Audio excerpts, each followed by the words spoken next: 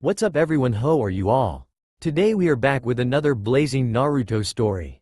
What if Naruto was neglected but his sister's disappearance awakened his true lineage? If you enjoy, then please like, share and do comments. And also check the description to original creator of this beautiful creation. It was the 10th day of October, and the night sky was dark, thanks to it being the night of the new moon. But still the people of Konoha were cheering, drinking and celebrating Takami, because they were thankful for surviving the attack of the Kyuubi no Kitsune 6 years ago. And speaking of the Kyuubi, the host of the beast was currently running through the streets of the village, moving in a zigzag formation to dodge the rocks, kunai, shurikens, and other various knives that were being thrown at him. The child has blonde hair, electric blue eyes and 6 whisker marks on his cheeks, 3 on each. He was wearing a sleeveless dark red shirt and jet black shorts, with black sandals he stole from a civilian child. He looked behind him to see about a dozen shinobi chasing him, since he had already outrun the civilian mob that was chasing him. Every now and then, some civilians would join the chase or try to cut him off, only to be left behind or ran over. "What's the matter, can't catch a 6-year-old?" Naruto yelled behind him before laughing, putting his 6-year-old legs into overdrive as he cut into an alleyway, surprising his pursuers. After entering the alleys of Konoha, the boy was able to cut into more and more alleys, forcing his pursuers to jump to the roofs to keep up with him.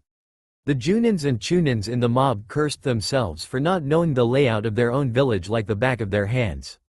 The amount of missions outside of the village forced them to know layouts of other villages, and since they never had a use to explore the alleys of their own village, well, you could see the result of their negligence. Though Naruto was without the knowledge of how to use chakra properly and about the beast inside of him, he continued to dash through the alleys, unconsciously using chakra in his legs and moving as agile as a fox itself. Suddenly he encountered a dead end, and before he could run out of the alley, his mob caught up to him. He turned and glared at the crowd. "Do you really think you caught me?" he said, bursting out in laughter before he started calming down. "Think again, go ahead, do your worst," he said as they started doing the same hand seals. The blonde began to suffer from anxiety for a while as he hoped his plan would work. Suddenly a burst of adrenaline worked its way into his system, and he burst into action as they all took a large inhale and exhaled large fireballs that converged into one very big one. The fireball hit the back wall and the explosion shook the area, and since the shinobi were distracted, they didn't notice the sizzling of multiple exploding tags on the side walls of the deadened alleyway. However, one lucky and experienced Junin's danger sense went off, and he was lucky enough to shunshin out of the area, just in time to escape a very large and fiery explosion. He looked from a roof and swore about the loss of 11 Junins and Chunins. He was about to exit the area when a squad of Anbu appeared behind him, grabbed him, and took him to Ibiki for a little talk. The Sandaime Hokage, Sarutobi Hiruzen, stood in the middle of the destroyed alley, the fire around him not bothering him a bit. A team of Anbu were currently putting out the fires before they had any more time to spread. "Where are you, Naruto-kun?" Sarutobi thought to himself as he turned on his heel and begun to walk back to his office, a frown marring his face. Meanwhile, the blonde was walking through the sewers of Konoha. The nasty and murky water was up to his knees, wetting the bottom of his shorts.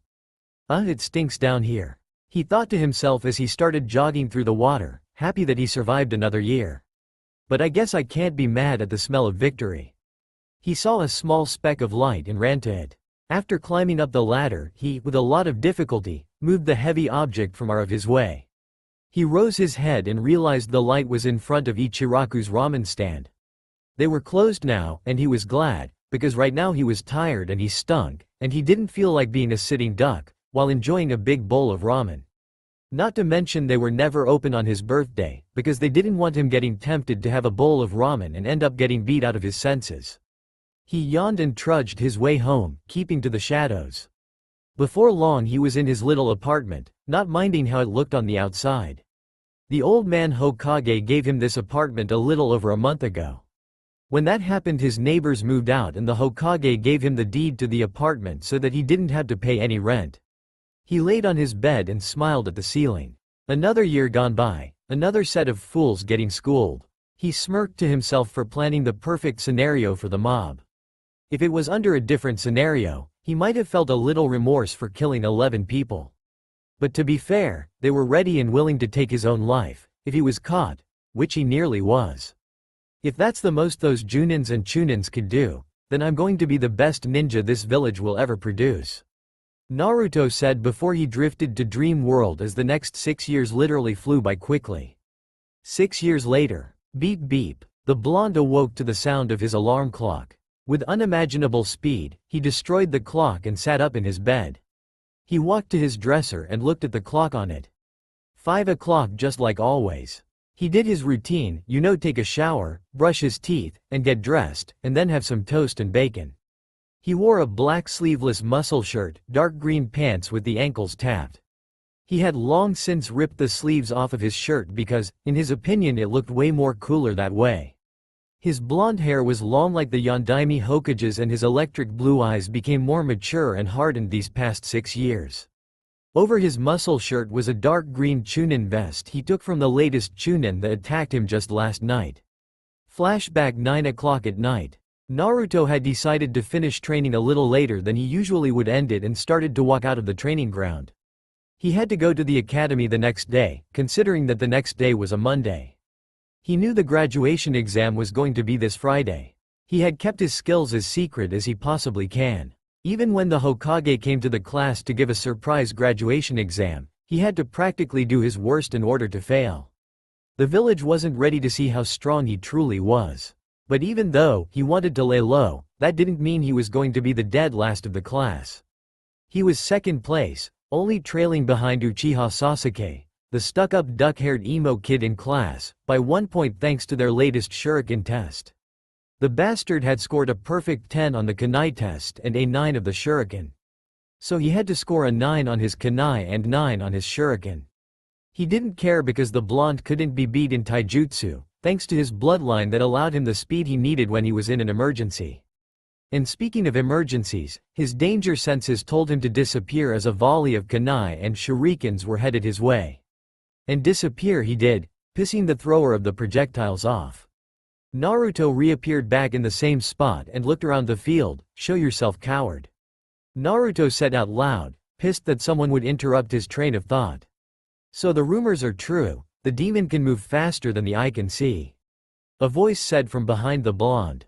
The blonde turned to see a man around the age of 20. He was short, only an inch or two taller than he was, which was 4 feet and 8 inches. So yeah, he was shorter than most in his class, but it also meant that he could move more quicker and stealthier than the others. The man wore the typical attire for a Chunin, nothing special. Except for his long sword on his back, but to the blonde it looked like a piece of junk. "Why do people keep calling me a demon?" he asked himself. "I don't know what you want and I don't care. So tonight, since I'm feeling generous, I'll give you a deal. Leave me be and I won't kill you," the academy student said to the Chunin as his eyes pierced into the eyes of the attacker. Said attacker had short gray hair and gray eyes to match. He had a goatee and studded earrings. He was buff and the blonde knew he had power behind his strikes. So he was thinking a taijutsu specialist. Naruto smirked. He knew what he had to do to defeat him. "My name is," the man started. "I don't care what your mother named you.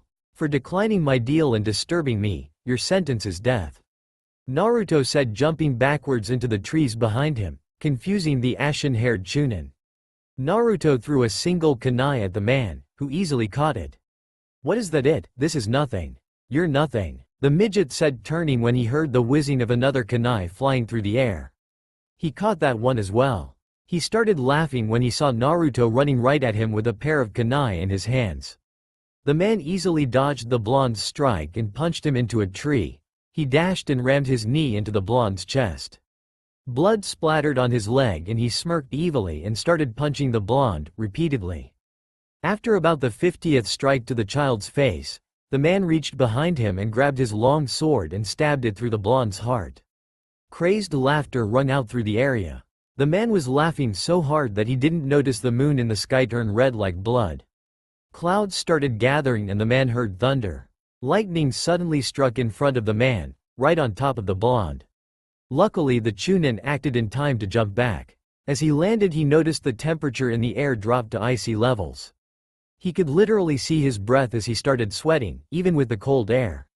The reason for his sweating was because he was witnessing something rising from the ashes of the demon. After a second he deduced that it was the Shinigami. He was dressed in black, the ashes made up his cloak. The entity rose his skeletal hand and the leftover ashes on the ground lifted off the ground and created his signature scythe.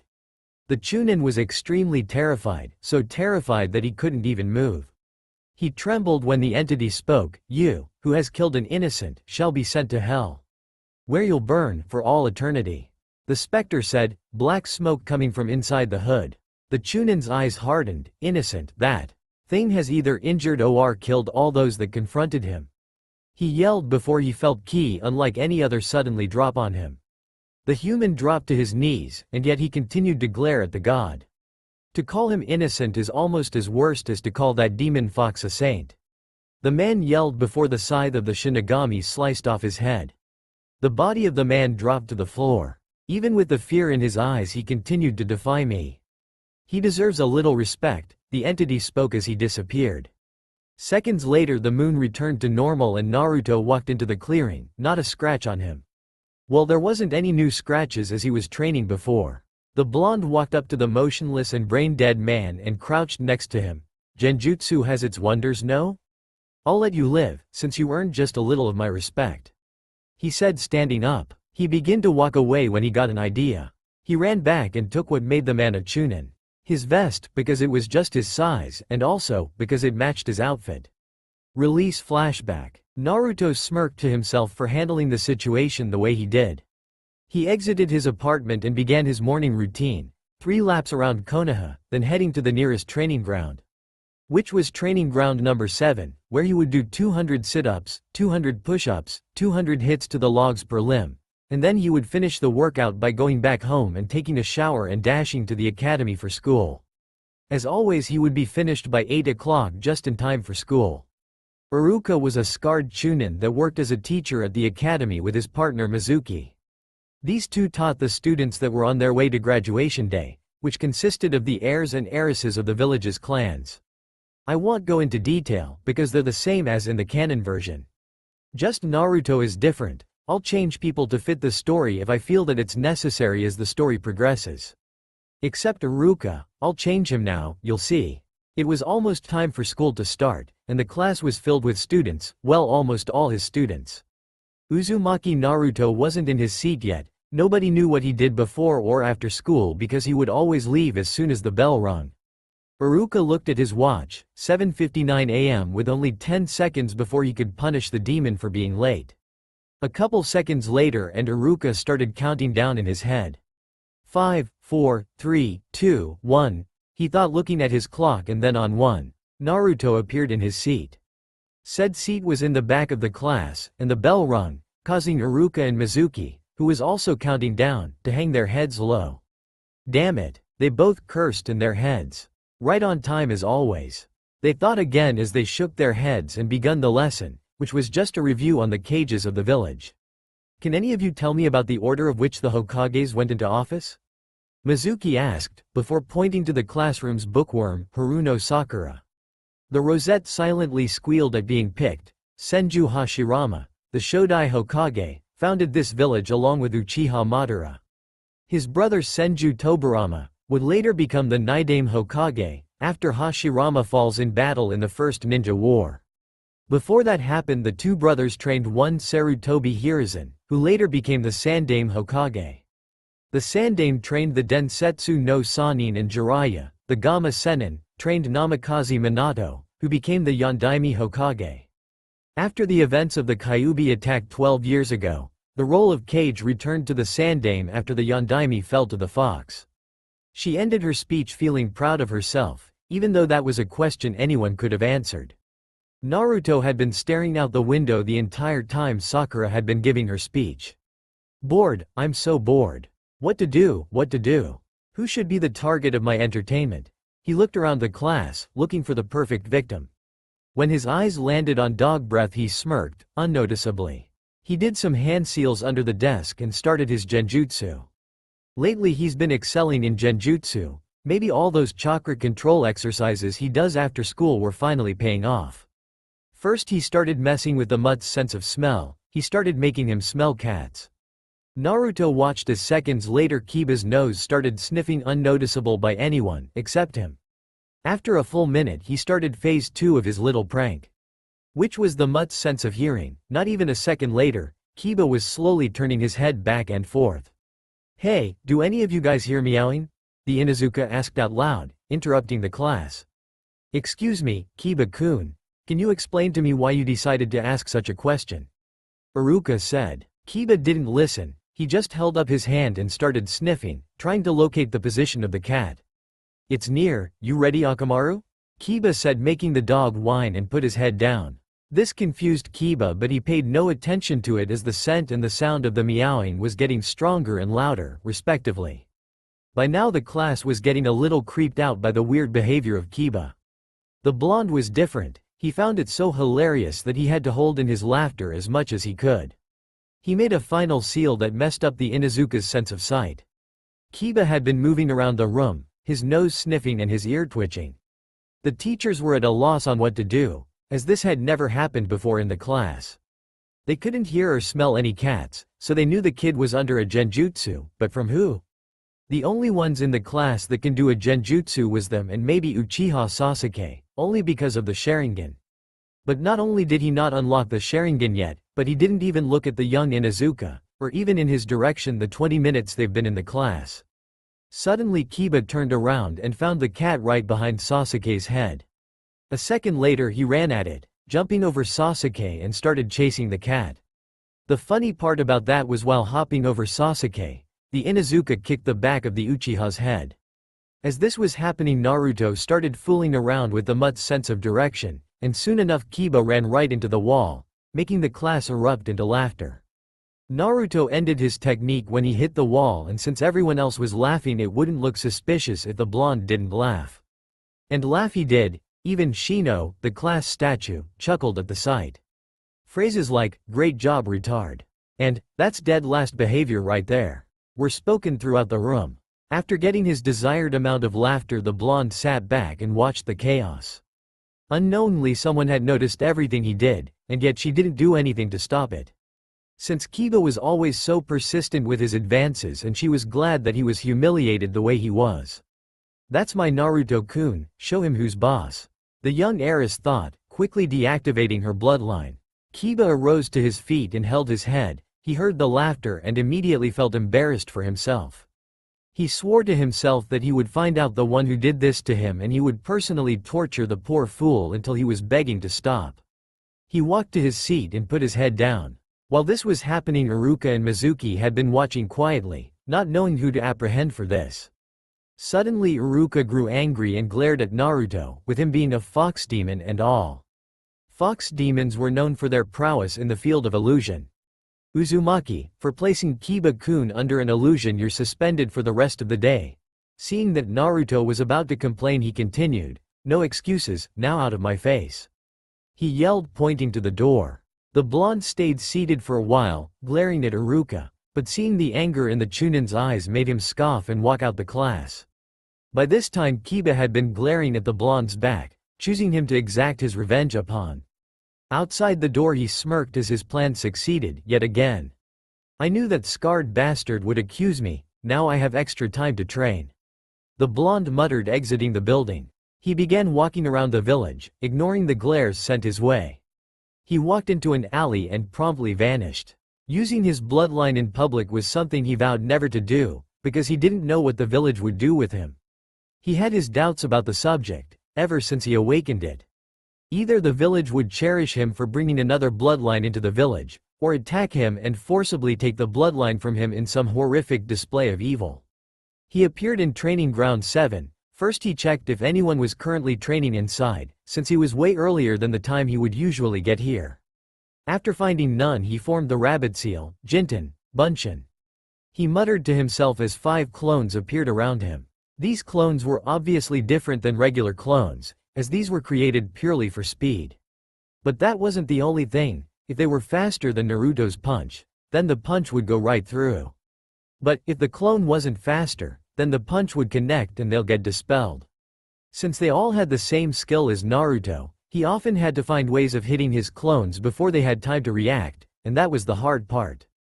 Thinking on the fly was a strategy he only used for a last resort.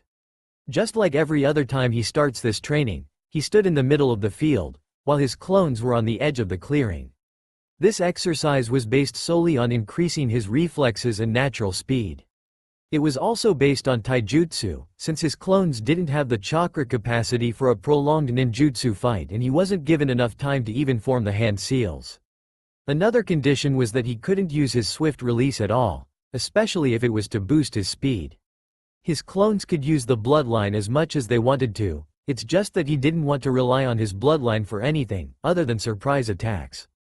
Like always, the training started abruptly, and he was punched in the chest, sending him into another punch that came way too quickly.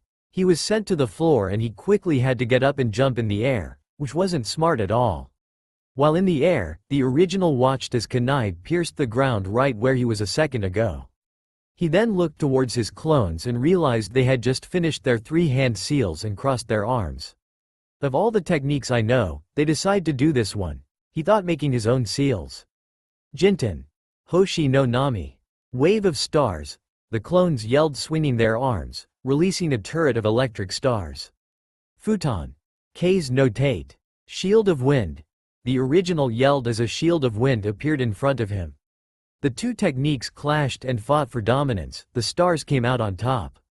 The original blonde's stolen vest protected his torso from most of the damage, but the shirt underneath was unfortunately shredded, as was his shorts. Although his shorts were seriously tattered, he was glad they remained around his waist. His skin suffered the same fate, blood covered his upper body, as he began his descent to the ground. He was glad that he held the shield up for as long as it was up for. He designed that technique, so that it was impossible to dodge those stars with the speeds they were going. As his feet touched the ground, he quickly charged lightning chakra to his feet and immediately charged at the nearest clone and quickly kicked it in the stomach, dispelling it. He ducked his head, dodging a strike from clone number 2. After that he took out a kunai and blocked the kunai strike from clone number 3, he retaliated immediately and swung at the kunai holding clone. That strike was blocked by clone number 2. When that happened, clones number 4 and number 5 ran up and began punching. He dodged the barrage as best as he could, but in his position he began to feel the punches. Still holding back the kunai from clone number 3 and clone number 2 still holding his fist, he began to think. He got the idea fast, and charged lightning chakra to his fist, and shocked the clone. It didn't dispel, but that was enough for him as he substituted himself with clone number 3. Fortunately, his other clones couldn't stop themselves and that clone was dispelled. Naruto, a little away from the remaining clones, did a single bird seal. Raiden. Byakurai. White lightning, he said, using his index and middle fingers on each hand and pointing them at clones 4 and 5, respectively. The clones, not expecting the sudden use of ninjutsu, did not have time to dodge and was promptly dispelled. The original blonde didn't have time to praise himself as the remaining clone was there to punch him in the gut, sending him into a tree. Swift, the name of a clone, when there is only one, appeared in front of the original, via swift release, and charged his fingers with lightning. This is going to hurt, Naruto thought. Raiden. Fusoku. Shortage, the clone said as he unleashed hell on Naruto's nervous system. After about the 20th hit, he raised his hand and placed it on the original blonde's head. Raiden. Shadowdawn. Shut down, he yelled as a thunderclap sounded throughout the field and Naruto dropped to his knees and then proceeded to dispel, shocking Swift. Naruto was crouching meters behind the last remaining clone. He was panting after taking 10 of the 20 shortage attacks. Like the name suggested, his nervous system was invaded by countless electrical circuits and his entire right side was numb. And the limbs he could move weren't listening to him. He was glad he got out of the viscous combo in time, because he would have been paralyzed for months. He could tell the clone was running very low on chakra and as soon as he could move his limbs he charged wind chakra to his feet and jumped back. Swift sensed the use of chakra and looked behind him to see Naruto gliding backwards onto a tree, where he proceeded to make a break for it. He smirked and used swift chakra to catch up. The original looked behind him to see the clone behind him, closing in on his position and fast. He got an idea, and the next branch he jumped on he dropped an explosive note and jumped off. The explosion destroyed the branch, but the speed the clone was going allowed him to literally glide over the broken branch and landed on the next one. The original blonde cursed, "Damn it, dog, rat, tiger, bird, futon. Repusho," he thought, thrusting his palm toward the clone. The collision was imminent and pretty awesome, as the clone didn't have time to do Jinten Zanzo afterimage to dodge the wind palm. The blonde sighed and dropped to the ground and started walking towards the exit of the training ground. He entered a clearing and turned to the lake, instantly took his vest off, sighing in grief at the damage it took. He tossed it to the floor and jumped in the water. As he did, the lake began to turn red with his blood. He glanced at his body and wasn't surprised to see his wounds were nearly finished with its healing. He always healed quickly and he wasn't complaining about it. He looked at the sun and knew he had been fighting for what seemed like an hour and a half. He hopped for a while to help shake the water off of him and vanished using his bloodline, as he needed a new pair of shorts. Hokage's office. Sarutobi sat in his office, doing paperwork. He continued to receive complaints from his villages concerning Naruto. It was either, "The brat broke my ankle," or, "The boy ruined my flower bed," or, "The bastard stole my clothes." That one the Hokage knew had to be true, since the blonde was wearing a new Chunin flak jacket this morning. I'll let him have it, since the owner's in a coma," he said, shrugging his shoulders as a Junin entered his office. The look he gave her told her what she needed to do. The lone Junin was a woman. She has long raven black hair, devilish red eyes and an hourglass figure that'll never run out of sand. She wore wrappings as a dress that went to the middle of her thighs and a single red sleeve on her arm. She has a cute and slender face and legs that could literally go on forever. Her bust was a large C cup and her lips were just as red as her eyes. She did a quick salute and took a knee. The mission to invade and gather intel from the border of Kumo went off without a hitch, Hokage-sama, she said, keeping her head down. The Sandame nodded, looking at another piece of paper, before he threw it in the trash, as it was just another bullshit attempt from the civilian council to gain just a little bit more power. "You may stand, Kurenai-chan," she did as she was told. "Do you have the intel?" he asked, and she gave it to him. "Good, now I expect a written report about the mission in a few hours. Right now I have business." Dismissed, he said, signing a paper and throwing away another as the woman left. He waited a while before opening the scroll. Kumo's planning something, and with these financial claims to strengthen their defenses, most likely for war, and in my experience I bet it's us. The old Cage thought. He put the scroll in his desk to study later. Of course, the village hidden in the clouds hadn't stopped militarizing their army since the end of the Third Ninja World War. At this day and age, war with Kumo was a bad idea, as Konoha was still hurt from the Kyuubi's attack. Also, the annihilation of the Uchiha clan really put a dent in our army. Of course, they were scapegoats, killed to prevent a civil war.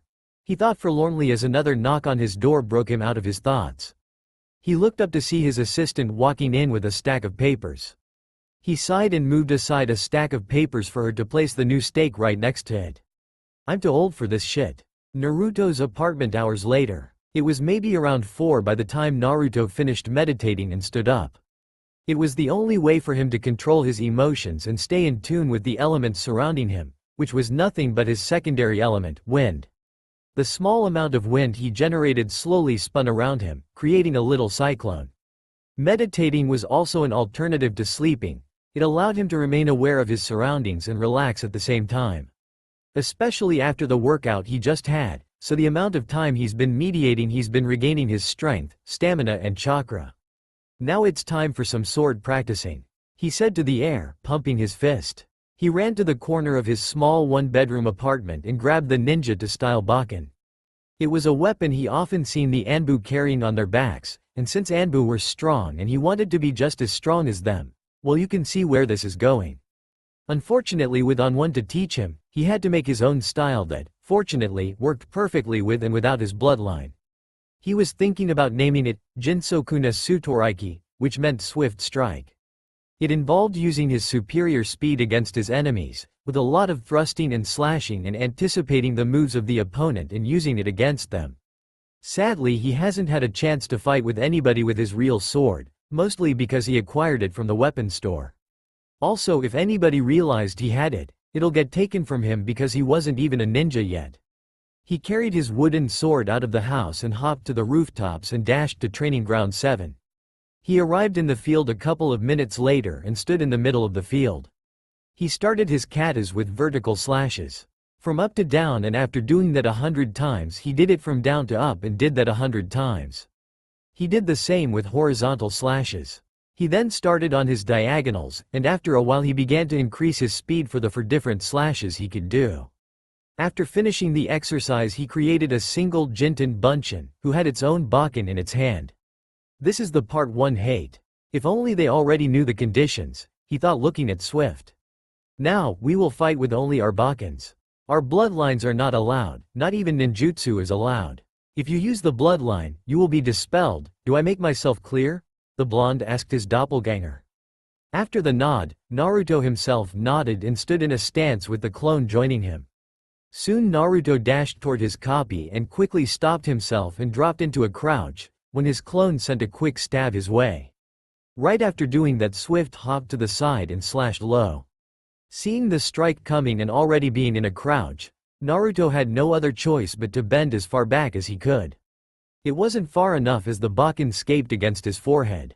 Still in the momentum of the bending he rolled back to his feet and jumped back. "Kami," he said, lighting touching his forehead, "that hurt like a bitch." He said as some of his skin had been scrapped off. Not to mention a small trail of blood was traveling down his face very slowly. He looked across the field to find that Swift was gone. He looked around, hoping to find the clone's chakra signature. He kept his senses up as he slowly walked to the center of the clearing, making it harder for the clone to get the drop on him. Suddenly blood entered his right eye. This surprised him, more than it should have, as he furiously rubbed his forehead and eye to get the blood out. Swift used the very second Naruto's guard was dropped to dash from the foliage to Naruto's right, keeping quiet the entire way. But Naruto's danger sense went off and he took that as a note to ignore the blood in his eye and quickly parried the blow that was meant to hit him in the temple.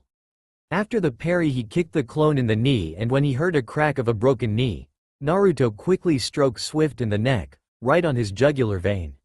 The force of the hit ruptured it and the clone was dispelled. The academy student started panting. "That was a close one. The bastard creating and using the blind spot to get the drop on me. Thank Kami for my natural survival instincts." The blonde thought, now able to see through his right eye. It was at that moment that his eyes widened.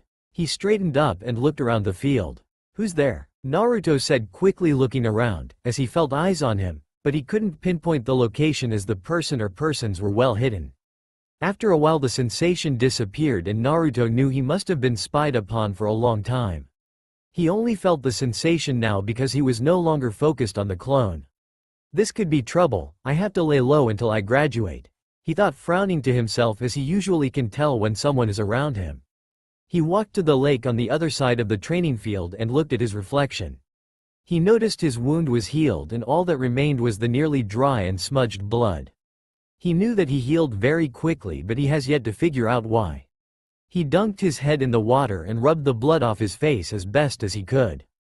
After a while he quickly whipped his head out of the water as he couldn't breathe. He stood to his feet, water dripping from his soaked hair. He stood there, thinking about the feeling of the eyes that were watching him. He didn't feel any malice that he'll usually feel from the villagers and even some of the shinobi of the village. It was mostly the Chunins and some of the no-name Junins that despised him for reasons he still didn't understand. He shook his head of his thoughts, both literally and figuratively. The action caused the water to fling around before he swept his hand through his hair and breathed a sigh of relief. "That's enough training for today, I'm going home," he thought out loud, vanishing from his spot. Training ground number 7. In the shadows of a large oak tree, someone was chuckling. The chortle was low, but it was still laughter. The laughter wasn't crazed, but it was filled with anticipation and just a little nervousness. The person was nervous at almost getting caught. The anticipation, well, that's the mystery. Soon the laughter died out and the person pushed off the tree. The figure of the person was revealed, but the face was still hidden. I'm not going to reveal anything about the figure other than that it's female. It's not who you think it is. You'll find out later. The kid has great senses, and his kenjutsu skills aren't that bad either. It's actually pretty good for a kid his age, but he had some errors. I'm going to have to keep my eye on him, and maybe in time I could show him a thing or two. The woman thought before vanishing from her spot. Konoha unknown location. An agent was walking through the dark corridor of an equally dark compound. He wore a complete black cloak and a blank white mask. On the bottom of the mask there was a kanju that said, "Nei," which meant root. The agent walked through the door at the end of the corridor. He took 2 steps before bowing down on a knee, his hood overshadowing his white mask. If a random person was to see this, they would think this person was crazy because he was bowing to darkness, with the only light in the room was spotlighted on him. "Tell me what you know, agent." A voice suddenly pierced through the darkness. The voice was low and gruff, and had a cutting edge to it, like it wanted what it wanted so badly the voice would cut straight to your soul to acquire it. "Your charge has grown stronger, sir. His skills are rather impressive," the agent said, not moving from his spot. "What would you rate his skills then?" "From what I've deduced from the past month, I would say Chunin level, and a high one at that." The voice stayed silent as it thought about what was said. It wasn't surprising that Naruto was at the level of a Chunin, with the 2 years of training he got from him and the boy's own training. "Are you sure that it was a good idea to release the boy at the age of 9? It would be dangerous to the organization if he was to go to the Hokage. Especially since I know the old man is suspicious about where the boy had got his strength from." The agent spoke once more before a force unlike anything the agent has ever felt before was suddenly weighing his body down.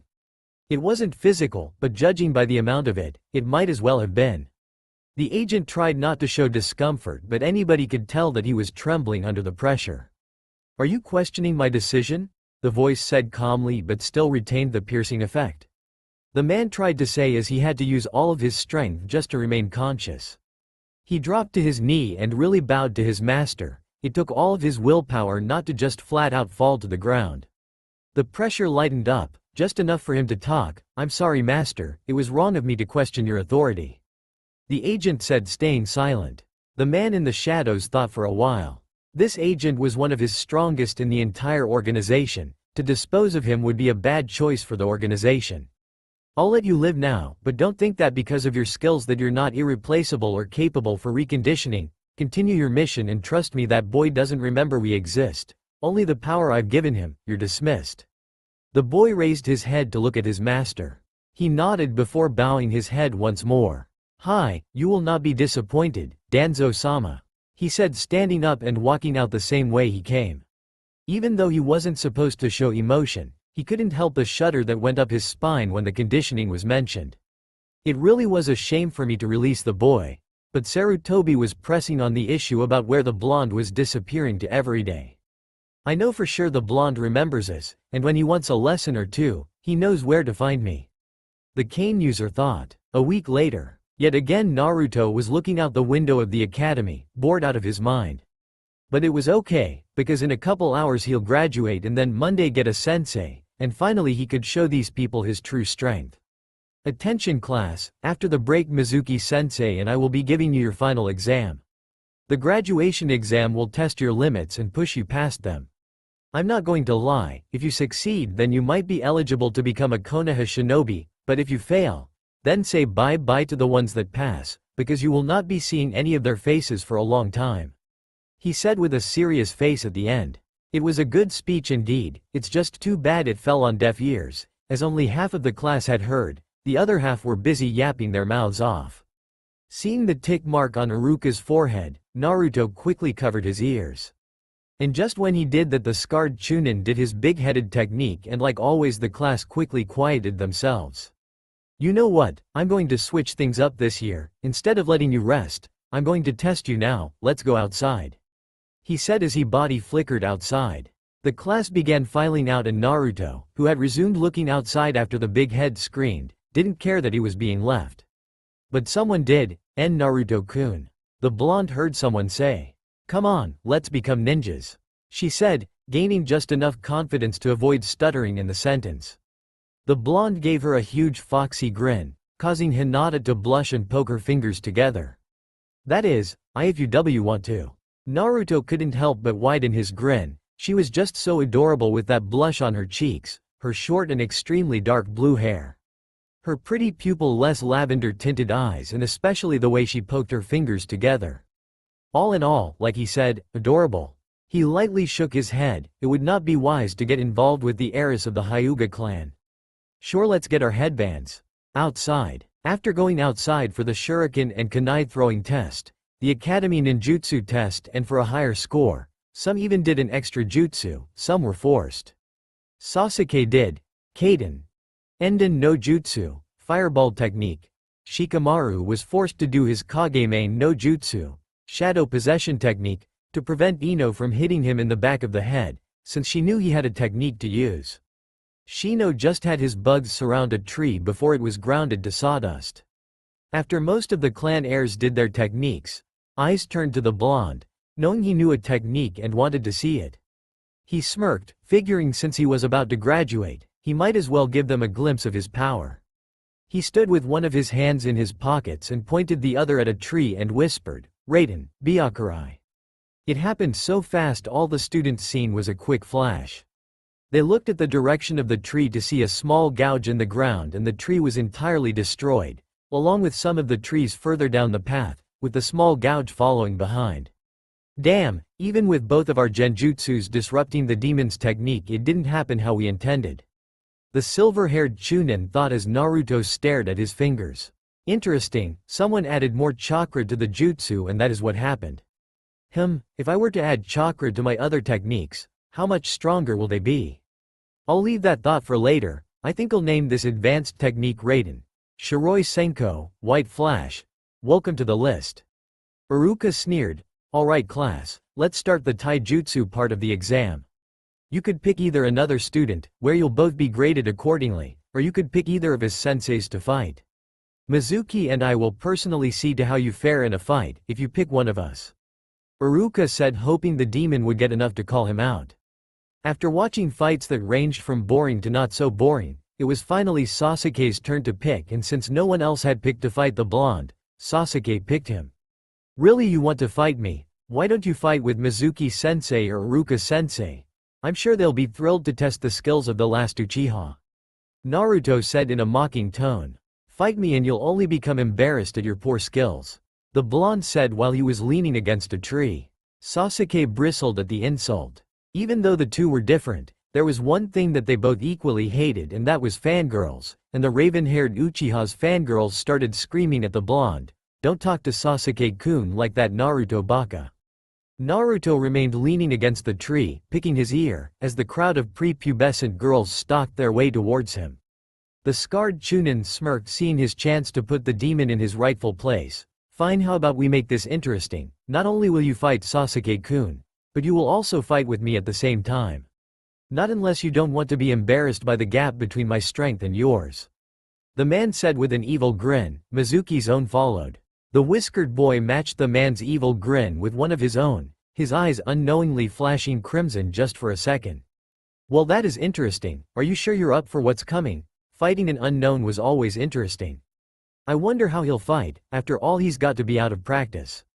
This should be no problem, he thought, pushing himself off the tree. Just remember to come at me with the intent to kill, or you're never going to come even close to defeating me. Sasuke recoiled a little at seeing the flash of red, but he, being the stubborn, emotion-driven boy that he was, charged at the blonde anyway. When Iruka seen the flash, he forced himself from having a mini flashback, because he knew that Sasuke was in trouble, and he immediately disappeared with a shunshin. The whiskered boy caught the Uchiha's punch, and without even needing his danger sense, he used the Uchiha's momentum and pulled him, while he himself backed up. Iruka's kick had been going straight for Naruto's head, but with Sasuke's head now in the path, he had no choice but to kick his duck-haired student. Naruto let go of Sasuke's fist just as he was sent careening into a tree. He used a bit of his bloodline to quicken his speed, and while Iruka was still in the air, he grabbed the man's vest and with brute force alone, he threw the man right into the floor. A huge dust cloud developing from the impact. The blonde jumped out of the cloud and landed on top of a branch above the raven-haired boy. He shook his head at the performance of one of the village's Chunin. Why is it that I can defeat these Chunin so easily?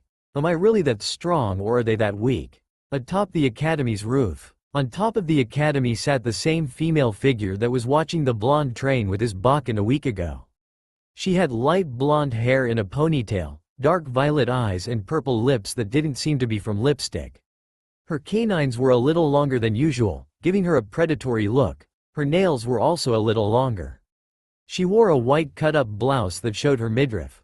Over that she wore a black Genin vest. All of this was covering a large D-cup bust. She wore black biker shorts and has white tape on her shins and ankles. She wore black sandals that were designed to not wear down due to the user's speed. On her hip was her katana and wakizashi. Each was black with the guard being a thick gray square. Currently she was watching the blonde wipe the floor with his classmate Sasuke and teacher Iruka. Uzumaki Naruto, you are an interesting child. No, after you pass this exam you will be considering an adult. She said. You forget Sakino-chan, he would still have to pass the real exam to be an adult in the eyes of the shinobi world. A voice said behind the woman. She scoffed, turning around. Is that doubt I hear in your perverted voice, Ero-ni-san? She said. Gasp, a pervert, why would you call me, your brother, such a thing? The silver-haired Junin said. Sakino grew a large tick mark on her head as she pointed at the book he had in his hand. The same book, where his eyes stayed glued on the entire time he was talking to her. That's why you're a pervert. Get rid of that book when you're talking to me. She screamed, throwing a kunai at the book only for Kakashi to catch the weapon between his fingers, without even looking at her. After putting the kunai in his pouch he looked up. You say something? He said, looking up. Hearing a growl he chuckled and snapped the book shut, before putting it in his pouch. Alright, it's gone now, let's just watch your boyfriend. He said, eyes smiling. He's not my boyfriend, we haven't even met each other yet. And plus I'm 10 years his senior, it'll never work. She said, glaring at the copycat ninja before turning her head to look at the younger blonde. Kakashi grinned at his young surrogate sister. You're still the same as always, Sakino Imouto-chan. Hokage's office. The sandame sat in his office, doing paperwork. Of course after a while he became extremely annoyed about his assumption about Kumo. So maybe, Kumo doesn't want to do a full-on assault on our walls, but still they're getting ready for something. He thought, reading a random paper. He sighed before stamping a huge denied on it. That damned council, don't they have enough power? I need to find a way to take away their power. And speaking of the council, Danzo hasn't tried anything in a long time. And without the support of the bandaged elder, the other two elders have also been quiet. But his rival was the most suspicious of them. Why isn't he trying to gain power or take my position from me, like he used to? Or better yet, he hasn't demanded for Naruto-kun's death in 5 to 6 years. He began to think about the possible scenarios. Nah, Naruto-kun would never join that man, would he? He was shaken out of his thoughts when someone entered his office. Hokage-sama, a student, was just taken to the hospital along with a teacher. Their conditions aren't that bad, but they were hurt and are unconscious. A young man said, walking inside. Sarutobi let out a long sigh. When is Naruto-kun going to learn how to hold back against others? He mumbled loud enough for the Junin to hear. How did you? He stopped, knowing that he seemed to know nearly everything when it concerned the boy. What are you going to do? He asked curiously. The Hokage smiled. Nothing, it was clearly a part of the exam, and clearly, he told them to be serious and they weren't serious enough. They'll never learn. The boy hates being underestimated. He may hide it well, but he hates it very much. You'll see what I'm talking about soon. The old man said, seeing his Junin's confused face. Streets of Konoha. Naruto was on the way to Ichiraku, after sending Iruka and Sasuke to the hospital in frustration. After his initial attack the fight continued and Sasuke was extremely slow, but that was to be expected as he just graduated. He was currently in the hospital suffering from a mild concussion. But Iruka, even after knowing this, it still pissed him off to see how rusty the man was. From what he gathered during their fight, Sasuke could have beaten him. That man needs to get out of the classroom and get into the field. Maybe the beatdown I gave him would give him that idea. He thought out loud while entering the little ramen stand with his hand on his chin in thought, because as a Chunin, his performance was worse than the other guy, absolutely pathetic. Hey Oji-san, let me have 3 beefs to start and keep 'em coming. He mumbled before ordering. Sure Naruto-kun, you're right on time as usual. I already have 2 ready for you. He said, putting said 2 in front of the boy. He then walked to the back to prepare more for the blonde, who muttered a quick, "Itadakimasu," before he started munching. Naru-kun, who's pathetic, and please tell me you didn't steal that headband from somebody. A cute brunette said from behind the counter, with a slight glare. Naruto stopped mid-bite in mild fear. He knew from his training from a long time ago that he was never supposed to show any emotions, especially fear, but if there was anybody who he was afraid of, other than Hokage Ji-san and Danzo Jiji, it was his Ayame Ne-chan. "I didn't steal this, I wouldn't do that, not after what happened last time," he said, frantically waving his hands in front of him. "I just graduated from the academy and my teacher and one of my classmates were pathetic in their attempts to defeat me." Ayame had berated the blonde when he walked into the stand with the Chunin flak jacket last week, and told him not to steal anything like that again. "Calm down, Naruto-kun. I know you didn't steal it, I was just playing." "So now that you're a ninja, what are you going to do? What is going to be your nindo?" she asked, leaning on the stand. A couple of bystanders sitting at the stand calmly listened to the blonde, waiting for his response. "Well, I know it'll be difficult, but I want to show the people that I'm not a demon like they say I am. I know sometimes I act cold and distant most of the time, but it's just an act to control my emotions. You know how emotional I get when something bad happens," he said, standing up and looking at his older sister. "To show the people I'm more civilized than a demon, I must be in a position that demands respect, and the only position I can think of is the Hokage," he said as he set his chopsticks on top of his two empty bowls before he smiled at his sister. "Just wait, Ne-chan, when people find out the future Hokage eats here, business is going to be booming," he said, making her smile as her father placed 3 more bowls in front of him. Everyone smiled at the blonde, knowing that his dream was big and with the right help he can accomplish it in no time. "I gotta come here more often, after all I can't become the strongest ninja on an empty stomach," he said, dropping back down in his seat and proceeded to stuff his face. Naruto felt really safe while inside the stand. Only those that liked to use their brains and could see that Naruto wasn't the fox that resided in him ate there. There was absolutely no malice from anybody in the stand. Everyone's sweat dropped at his last comment and went back to eating. Ayame smiled. "You can do it, Naruto-kun, I believe in you." After 10 minutes, Naruto finished his 20 empty bowls of ramen and left the stand with a satisfied belly. He knew it was around 5, so now it was time to study on his worst subject, Fuinjutsu. If there was one thing he hadn't gotten better at, it was his sealing techniques. He just wasn't patient enough to draw seals, and he was already pretty patient. Also, a simple mistake, like a wrong character or wrong stroke, and it's going to be a catastrophe for him. There was this one time when he was trying to put a chakra lock on his door. After 30 quiet and boring minutes, he ended up blowing up his door. He didn't know how it happened, but yeah, he's thankful that he remembered the formula for the seal, so that he would never put that on another door of his, as it was just a waste of ink and a door.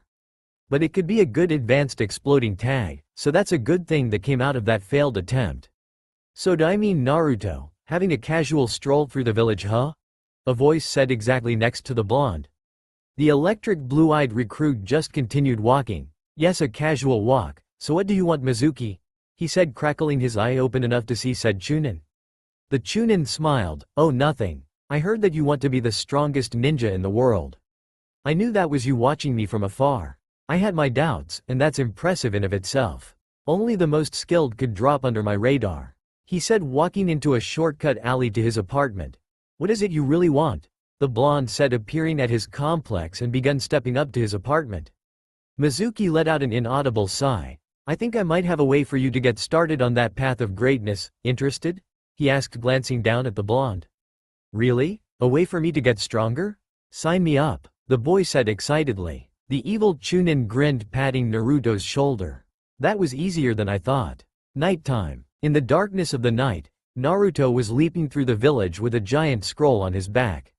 He didn't know it would have been so easy for him to infiltrate the Hokage tower like that. It was easier for him to infiltrate and assassinate thanks to the first years of his training. He complemented that by added prolonged combat to the criteria. So now he was becoming an all-around ninja, which was very rare.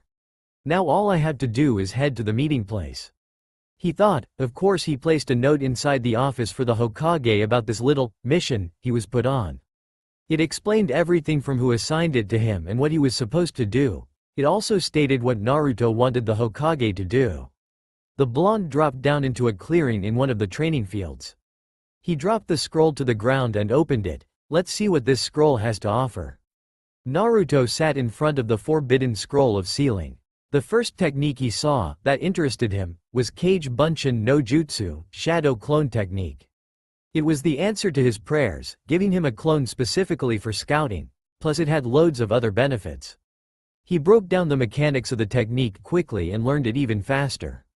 He unfurled the scroll further for more techniques. He found another technique that was similar to his bloodline. It allowed the user to move faster than the speed it took for a bolt of lightning to reach the ground. The drawback was the sheer speed at which you were moving could easily tear your muscles apart. Though, that could easily be overcome with intense physical training. If it's an attempt to mimic my bloodline, then I should be able to easily achieve it. Naruto thought, knowing his body was naturally used to moving at extreme speeds. Again the blonde broke down the mechanics and began learning, Kosoku, light speed. Naruto wasn't surprised to find his idol, Minato Namikaze, had created the technique.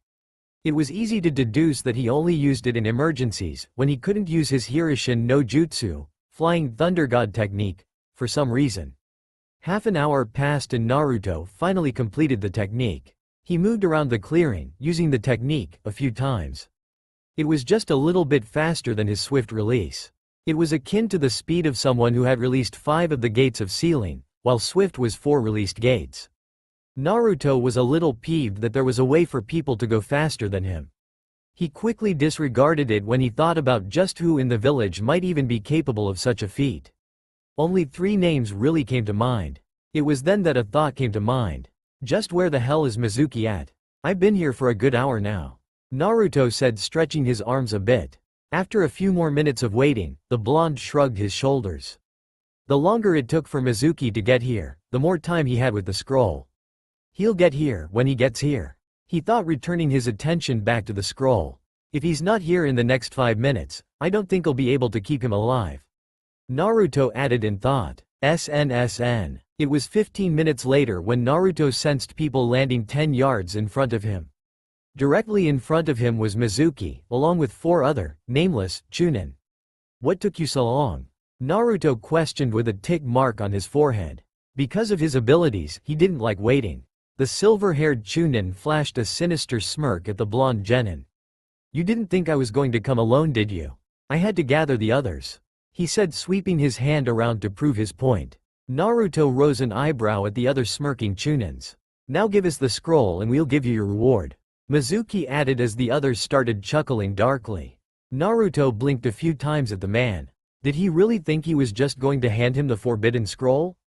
You had me waiting for 2 hours, and you only brought 4 others to help you? The whiskered Genin asked as he rolled up the scroll and tied it around his hip. It hung loosely before the blonde tightened it securely. The air around them seemed to thicken and Mizuki began to sweat.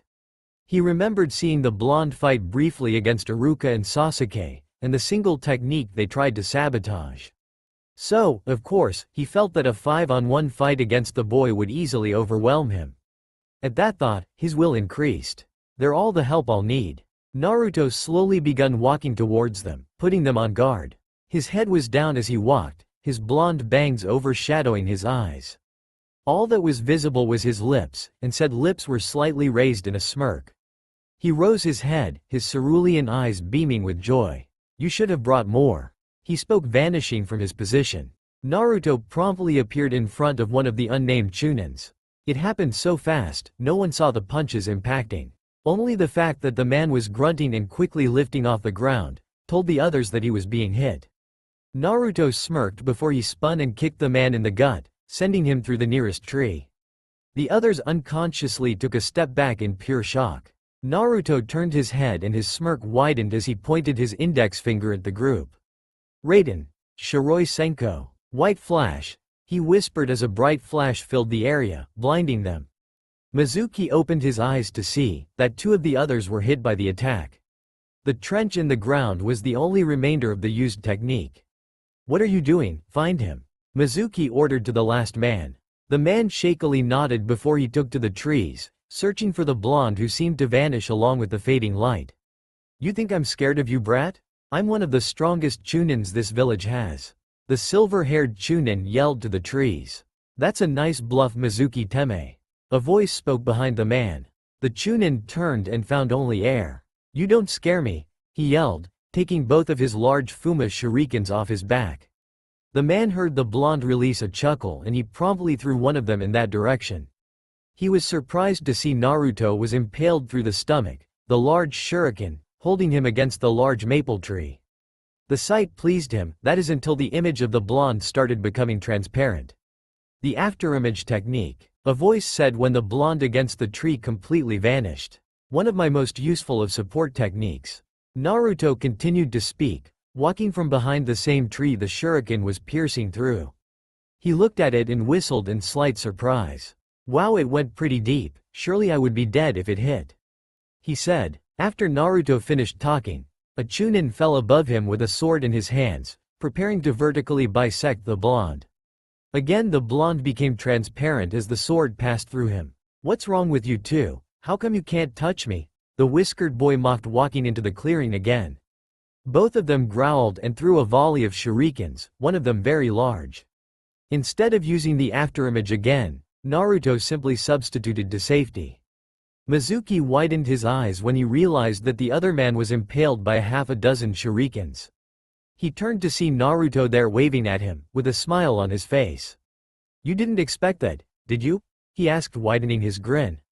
The last Chunin growled in anger and swiped his hand, in an attempt at striking the blonde. A destroyed log was the boy's answer to that problem. Innocent laughter filled the area, only causing the man to grow angrier. I'll get you, demon. Mizuki yelled as he began to retreat, realizing the blonde was too strong for him. Mizuki only ran for a total of 5 seconds, 100 yards, before Naruto appeared out of nowhere and kicked him in the side. That reminds me of a question I've had. Naruto said, watching the man struggle against the tree. Why am I called a demon? Naruto said, confusion marking his face. Mizuki widened his eyes as a plan quickly came to mind. I'll tell you what you need to know, just don't kill me. He pleaded, dropping to his knees, wincing loudly as a sharp pain erupted in his side. Naruto stood over the man, keeping a 10-foot distance. I'll think about it, he said, crossing his arms, but keeping his guard up for any unwanted surprises. There was no doubt that a dying man would sprout a silver tongue to continue living.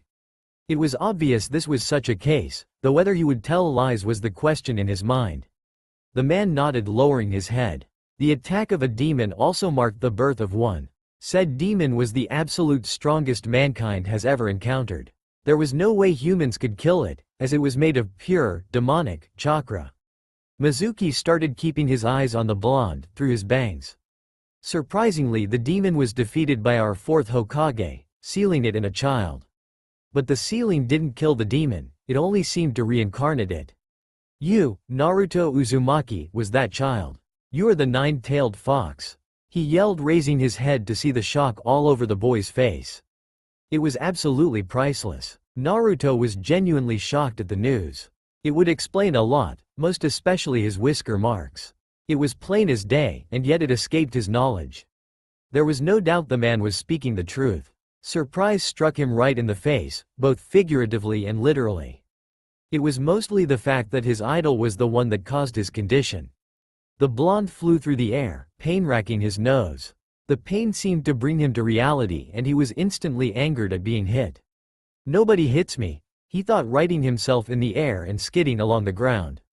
Mizuki was already in front of him, preparing a wide kick. The blonde acted fast and struck the leg 3 times, twice around the knee and the third directly on the knee. Said knee was promptly broken because of the axe, Naruto's supreme speed allowing such a thing to happen. Mizuki yelled, clutching at his knee in pain, dropping to the floor in the process. The blonde chose this moment to return to the offensive. He repeatedly stomped on the man's torso, knowing after the first 5 times a few ribs were broken. Nobody strikes me. Nobody. Nobody. Nobody. Naruto continued to rant. Luckily, before Mizuki died from such an assault, Anbu appeared around the blonde. The Sandame along with them. He was the one that grabbed the blonde and picked him up and took a few steps back. No, Naruto-kun, calm down. Hiruzen spoke fiercely. Naruto continued to release killer intent, directed straight at the silver-haired Chunin on the ground, lying in a small crater. Anbu, take the man to Ibiki. Don't have him treated, it'll make Ibiki's job all the more easier. Hiruzen said as the team left, one staying behind. Naruto calmed down just enough that he was no longer yelling. The Anbu cut the cord that kept the scroll tied around him. After that he took said scroll back to where the blonde found it. Naruto was still mad, but it wasn't about Mizuki hitting him anymore. The blonde turned and punched Hiruzen in the face. "Why the hell would you keep that from me?" he yelled, completely angry. He clutched at his head as pain struck through it, though it wasn't regular pain. It was like he was forcibly getting stronger. He knew then that it was the fox's doing, acting on his enraged psyche. Hiruzen knew he deserved the hit. He grew worried when the blonde grabbed at his head, tightly shutting his eyes. "I'm sorry Naruto-kun, I had to. Otherwise, the entire village, old and new generation, would know your secret. I thought, if they didn't know, you could gain some friends and be happy." Hiruzen spoke soothingly as he crouched beside the blonde, holding him affectionately, hoping he'll calm down. "A lot of fucking help that did. Everyone still hates me, I'm a fucking demon." "Really?" Naruto yelled, thrashing around in the Hokage's arms, trying to get free. To make things worse, the fourth was the one to do it. Naruto spoke through his clenched teeth, tears rolling down his cheeks at the apparent betrayal. Tears also rolled down the old man's cheeks because this was absolutely nerve-wracking. It almost made him glad the boy didn't know the entire truth. Curse that Mizuki for revealing such a secret. Hiruzen thought, hating that he didn't appear in time to stop the man. "Not everyone hates you, my boy. You know I love you as if you were my own. Not to mention the Ichiraku family, who love you with all of their heart. And Anko-san. If she saw you right now, you know she would be sad." Hiruzen said, slowly rocking the boy, trying with all his might to reassure the boy that not everyone hated him. "Plus there are some good people in the village, who wouldn't like seeing you sad," he added. Silence was the man's response. Hiruzen had been looking into the trees in front of him. He didn't notice the boy spacing out. What happened? He questioned himself. Naruto's mindscape. Naruto found himself in an empty space. Though he knew that there was grass underneath his feet, because he was barefoot. Naruto knew that he was in his mindscape, because that's what he liked to do. Meditate in the grass and just felt the artificial wind breeze around him. Though there was something different about his space, that he hadn't noticed at all. A large rock was about half a mile away, but the blonde saw it clear as day. It didn't take him long to arrive at the location, and he noticed that it was at least the same size as the Hokage mountain. Clearly still a large rock. Naruto droned in his mind, noticing there was an opening that was leaking reddish air. The air had darkened the grass, turning it red. This must be where the Kyuubi is housed? Naruto thought out loud. You would be right to assume that. A malevolent voice spoke, shaking the entire mountain with its voice. Holy! Naruto couldn't help but jump slightly at the vibrations the voice made. Finally the brat hears me. I've been waiting for this day. The voice spoke again, although this time, not shaking the mountain.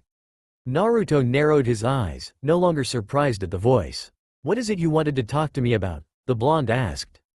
To let me out. The Kyuubi roared, shaking the entire area violently. The vibrations even caused tremors below Naruto's feet. The blonde wobbled as he tried to find his footing and prevent himself from falling. He found it seconds after as the tremors came to a stop. He glared at the mountain with disdain. I'll never release you from your prison. Find another container to be stupid enough to follow with that request. Naruto spoke harshly. Not from the entire seal ninja. Human. Just from this infernal mountain. It's cramped in here. The Kyuubi spoke with hatred dripping from his voice. Naruto rose an eyebrow at the response. He doesn't want to escape, he thought in confusion. What do I get if I follow through with your request? He spoke, clasping his hands over his mouth as soon as the words were spoken. He sighed, knowing he couldn't take them back. I promise I will not eat you.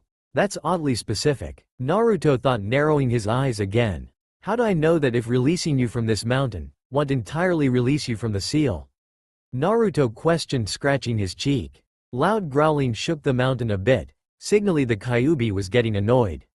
That's because that seal is around my neck. The kitsune growled out. Naruto shrugged his shoulders. How come you can't free yourself? Aren't you the strongest tailed beast ever? Capable of causing earthquakes, tsunamis and destroying mountains with a swish of your tail. Naruto said, going back to what he knew about the Kyuubi from a book about tailed beast and their mythical summaries. Yes, I can. Except, I'm also being constricted with chains that prevent me from moving either of my limbs, including my tails. The Kyuubi explained truthfully. Naruto stared at the mountain with a quizzical gaze and a raised eyebrow again. He started to say, almost not believing the story. He shrugged his shoulders. Worth a shot, he said, walking closer to the mountain. Are you sure you're not going to eat me?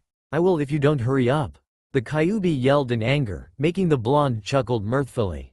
Alright, calm down, don't get your panties in a bunch, Naruto said, looking at the mountain. He scratched the side of his head in thought, standing there for a minute or two. How do I free you? He asked before leaning against the mountain, before it brightened up and shimmered out of sight. Naruto's eyes widened as he finally gazed upon the Kyuubi no Kitsune. It was sprawled out on its stomach, his head closest to the blonde. Behind him were each of its 9 tails, also splayed out, along with each of its limbs. All around it were chains with spikes sticking out of them, keeping the Kyuubi where it was, going around him dozens of times, and going right through the ground. Just as the Kitsune said, a black collar was around its neck, with a seal tag stitched into it. Well, are you just going to stand there and gape, or are you going to get rid of these infernal chains? The Kyuubi spoke, its voice no longer muffled by the mountain. Naruto blinked a bit and chuckled to himself. My bad, ha ha ha. He chuckled, walking to the nearest chain. As soon as he touched it, all the chains around the fox ripped out from around him and sped towards the blonde. They began being sucked into him, causing the blonde to scream in slight pain. After it was finished, the blonde was left, panting heavily on his knees in utter exhaustion. Finally, I'm free of those constricting chains. Now I can sleep peacefully. It spoke, laying down properly and wrapping its tails around his body. Naruto's sweat dropped at the act. That's all you wanted? He asked softly in disbelief. Sure, I'm not such a bad demon fox. Well, I promised I wouldn't eat you, and I like to keep my promises.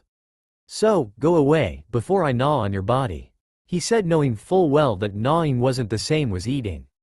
Naruto blinked a few times again in disbelief. He slowly turned and began walking away. As he was fading from sight, he muttered something. Why do I feel so used? Reality, morning. Naruto looked at the time to realize it was an hour before 8. Already this new information seemed to be hampering with his everyday routines. At least I know why I heal so quickly. So having the Kyuubi can't be so bad. The blonde tried to reason with himself. Plus, it's not like anything will change. Everyone still hated him, not because of the Kyuubi, but because of his general behavior. Naruto got dressed in his usual black muscle shirt with green cargo pants. He looked at the stolen Chunin vest and nearly sneered at the condition it was in. Damn clones, going overboard. He was going to have to repair it in the near future. He looked at the clock again and saw that 10 minutes had passed. He still couldn't believe the Hokage had pushed up the schedule for the team selection. He probably wanted the blonde on a team as quick as possible, in order for him to get his mind off of recent discoveries. Well, there's no time like the present, Naruto muttered, slapping himself a bit. He cracked a smile, feeling a bit of himself returning to reality. He went and grabbed his ninjutsu and headed out the door. He hung the weapon horizontally across his back, just like he had the scroll the previous night, and took to the rooftops towards the academy. It took a few minutes to get there, but Naruto wasn't using any chakra to quicken his travels. The blonde landed on the rooftop of the building and released a sigh. He widened his senses, checking who was already in the class. It seemed everyone but the Uchiha was there. He smirked a bit when he thought about the fight with the boy and Iruka. Those two should be alright by now. I only knocked them unconscious. Naruto thought with a yawn. He was still a bit sleepy. Not wasting any more time, the blonde made his way into the academy and then to his classroom. He ignored the annoyed glances he received from teachers and some older students. He received some from some younger ones as well, but it was probably from contained jealousy. Though he did see some blushes on the cheeks of some girls, and that made him smile. When he entered the classroom, nobody looked at him, not until he sat down in the back. Everyone stopped and glanced his way. The blonde saw the surprise in their eyes at seeing him before 8. He blushed and slowly waved at them. Yo, what's up? He asked with a chuckle before putting his head down, while everyone returned to what they were doing before. While his head was down, he could clearly sense some negative emotions emitting from one Inuzuka male in the room. He cracked his eye open and looked at the boy, I feel like I should apologize or something. I don't hate the boy, he just drew the short straw a week ago. Kiba continued to glare at Naruto, but that was the only thing he could do. Usually he would have tried at least one thing during the past week, but he never found him before or after school. This was technically his only chance, but he was a little terrified of what the blonde was capable of. Naturally his brash attitude would overlook this, but the fight or flight receptors in his brain was choosing flight. He visibly flinched when he noticed the blonde look straight at him. He heard Akamaru whine a bit, before he noticed the blonde looked at the clock at the front of the class before looking back at him. Naruto blinked before standing up. Kiba, follow me for a moment, I need to talk to you. Naruto said, gaining everyone's attention, especially Kiba's. They both heard some gasps in surprise and a troublesome from Shikamaru. The blonde walked out the door and Kiba remained in his seat. He shakily got up before following the blonde. Naruto waited a full minute before Kiba entered his line of sight. I realized what I did a week ago was embarrassing for you and upsetting, no? He asked, getting a slow nod of the head in return. Well, I would just like to apologize for that. I was bored and you just seemed like a good target. Again, I'm sorry.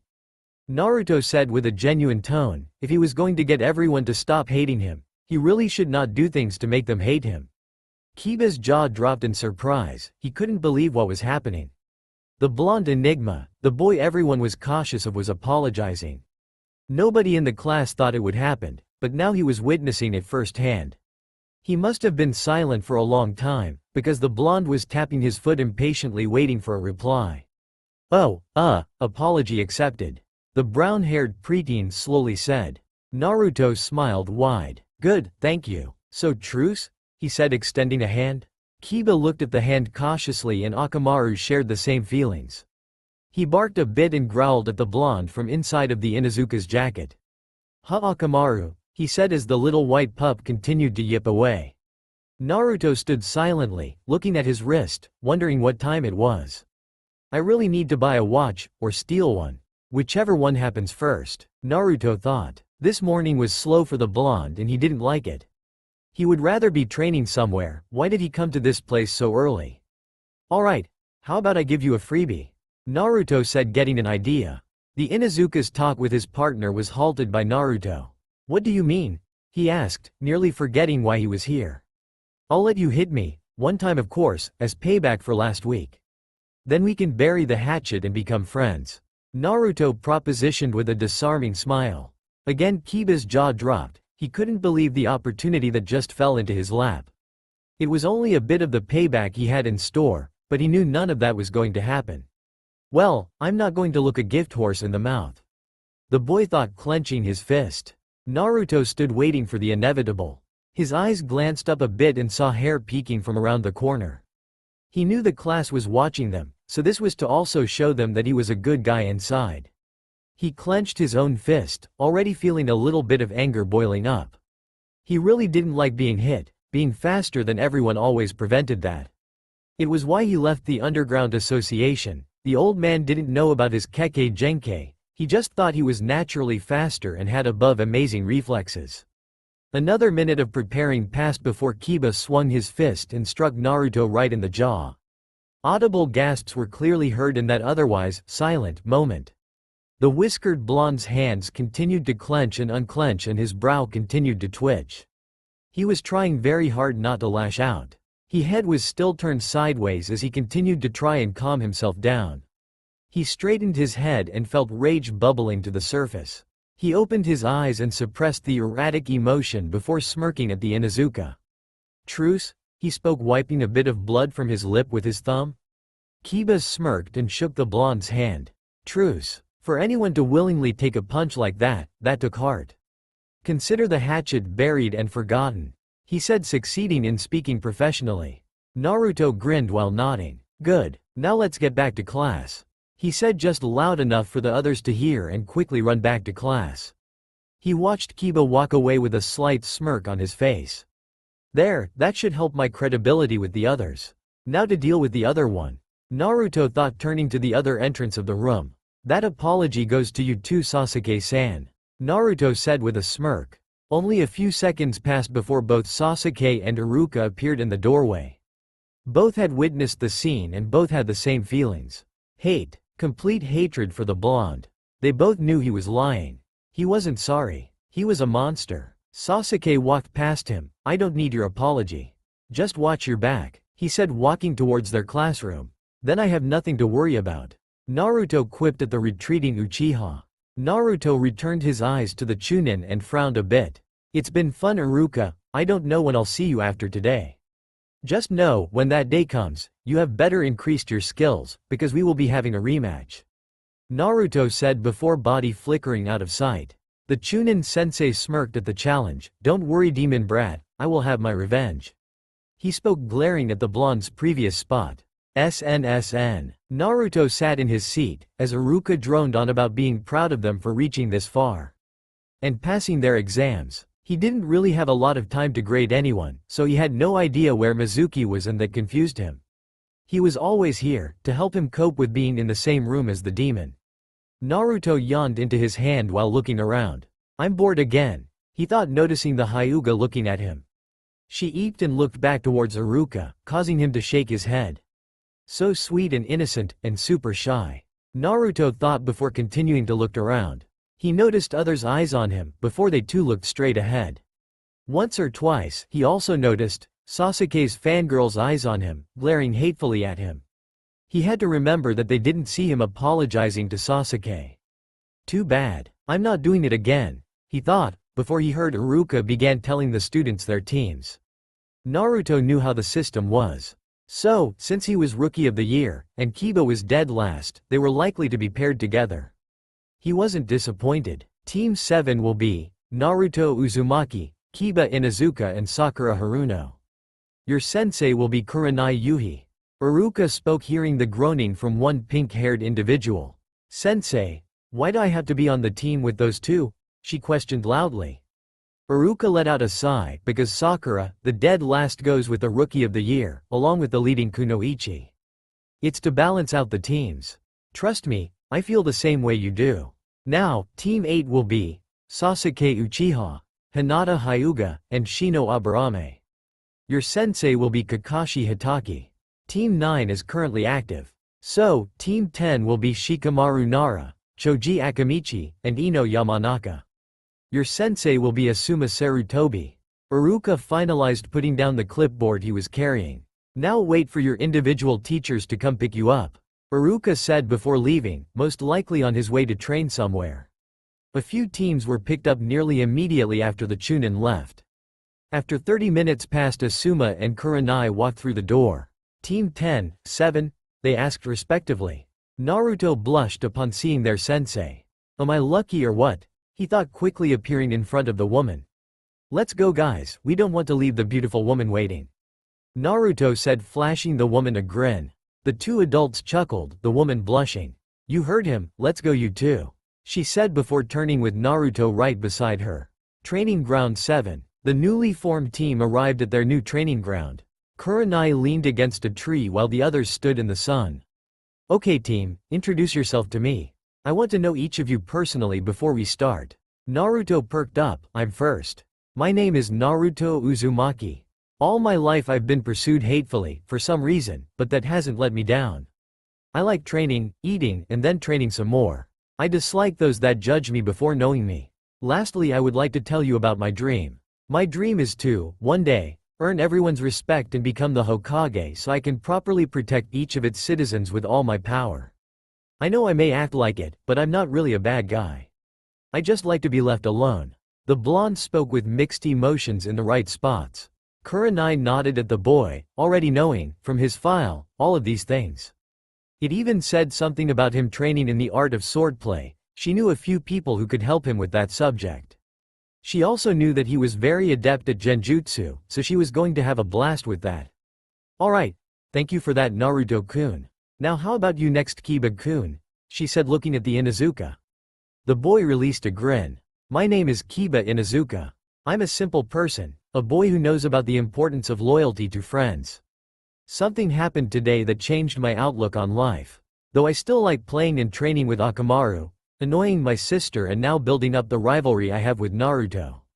Kiba said, smirking at the blonde. Naturally, I dislike felines, loud noises, and strong revolting smells. My dream is to get stronger to increase my skills to become the alpha in my clan. An alpha no one will challenge, just like my mother before me.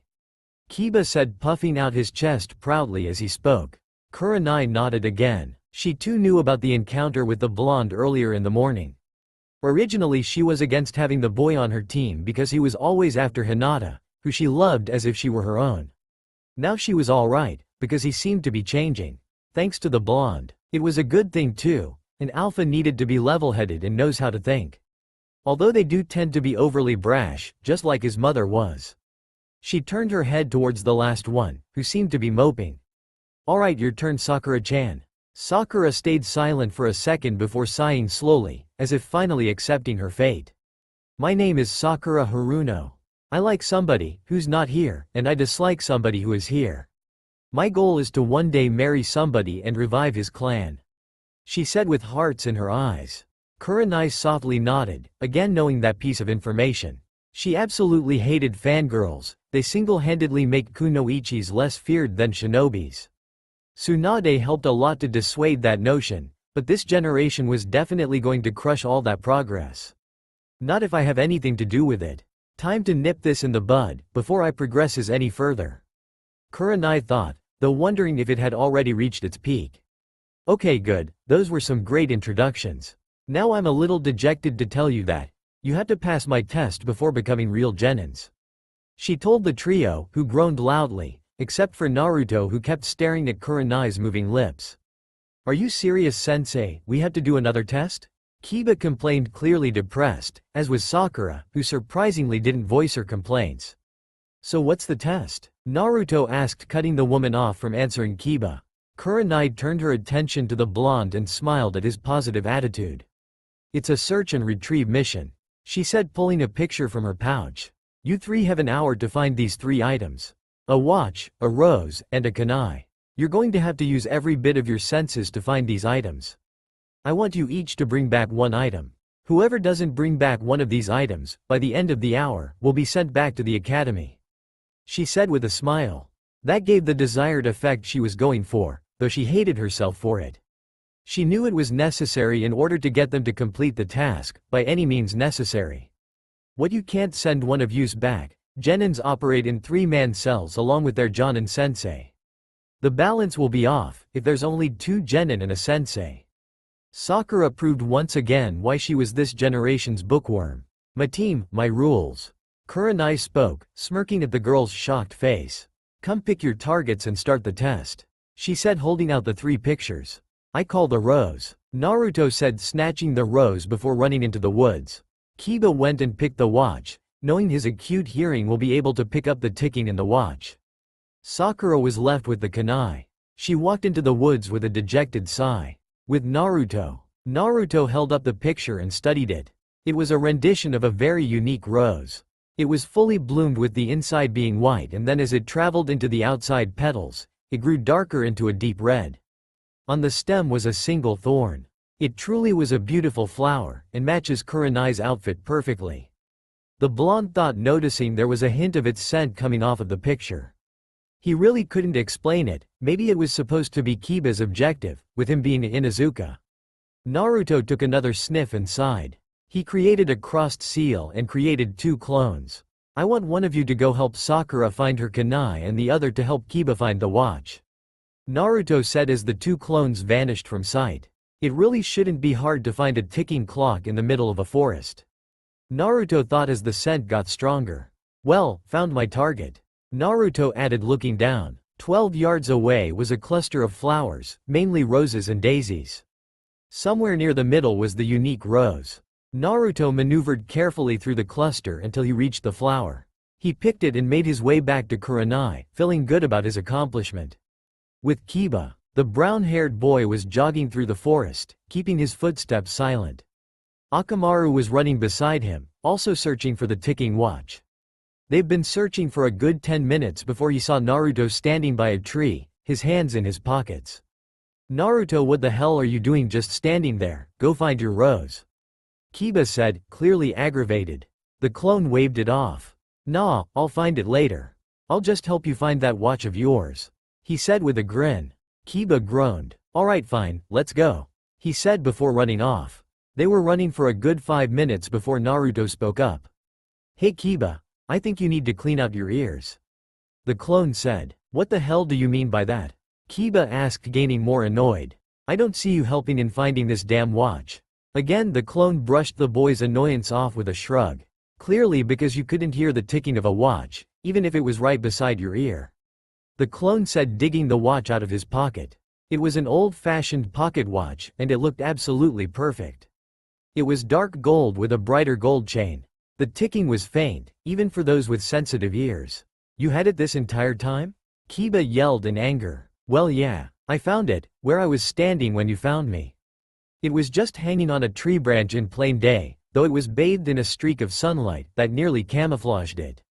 Obviously it was also masked with a genjutsu, pretty impressive if you ask me." Kiba growled at the blonde and swung his fist and said anger.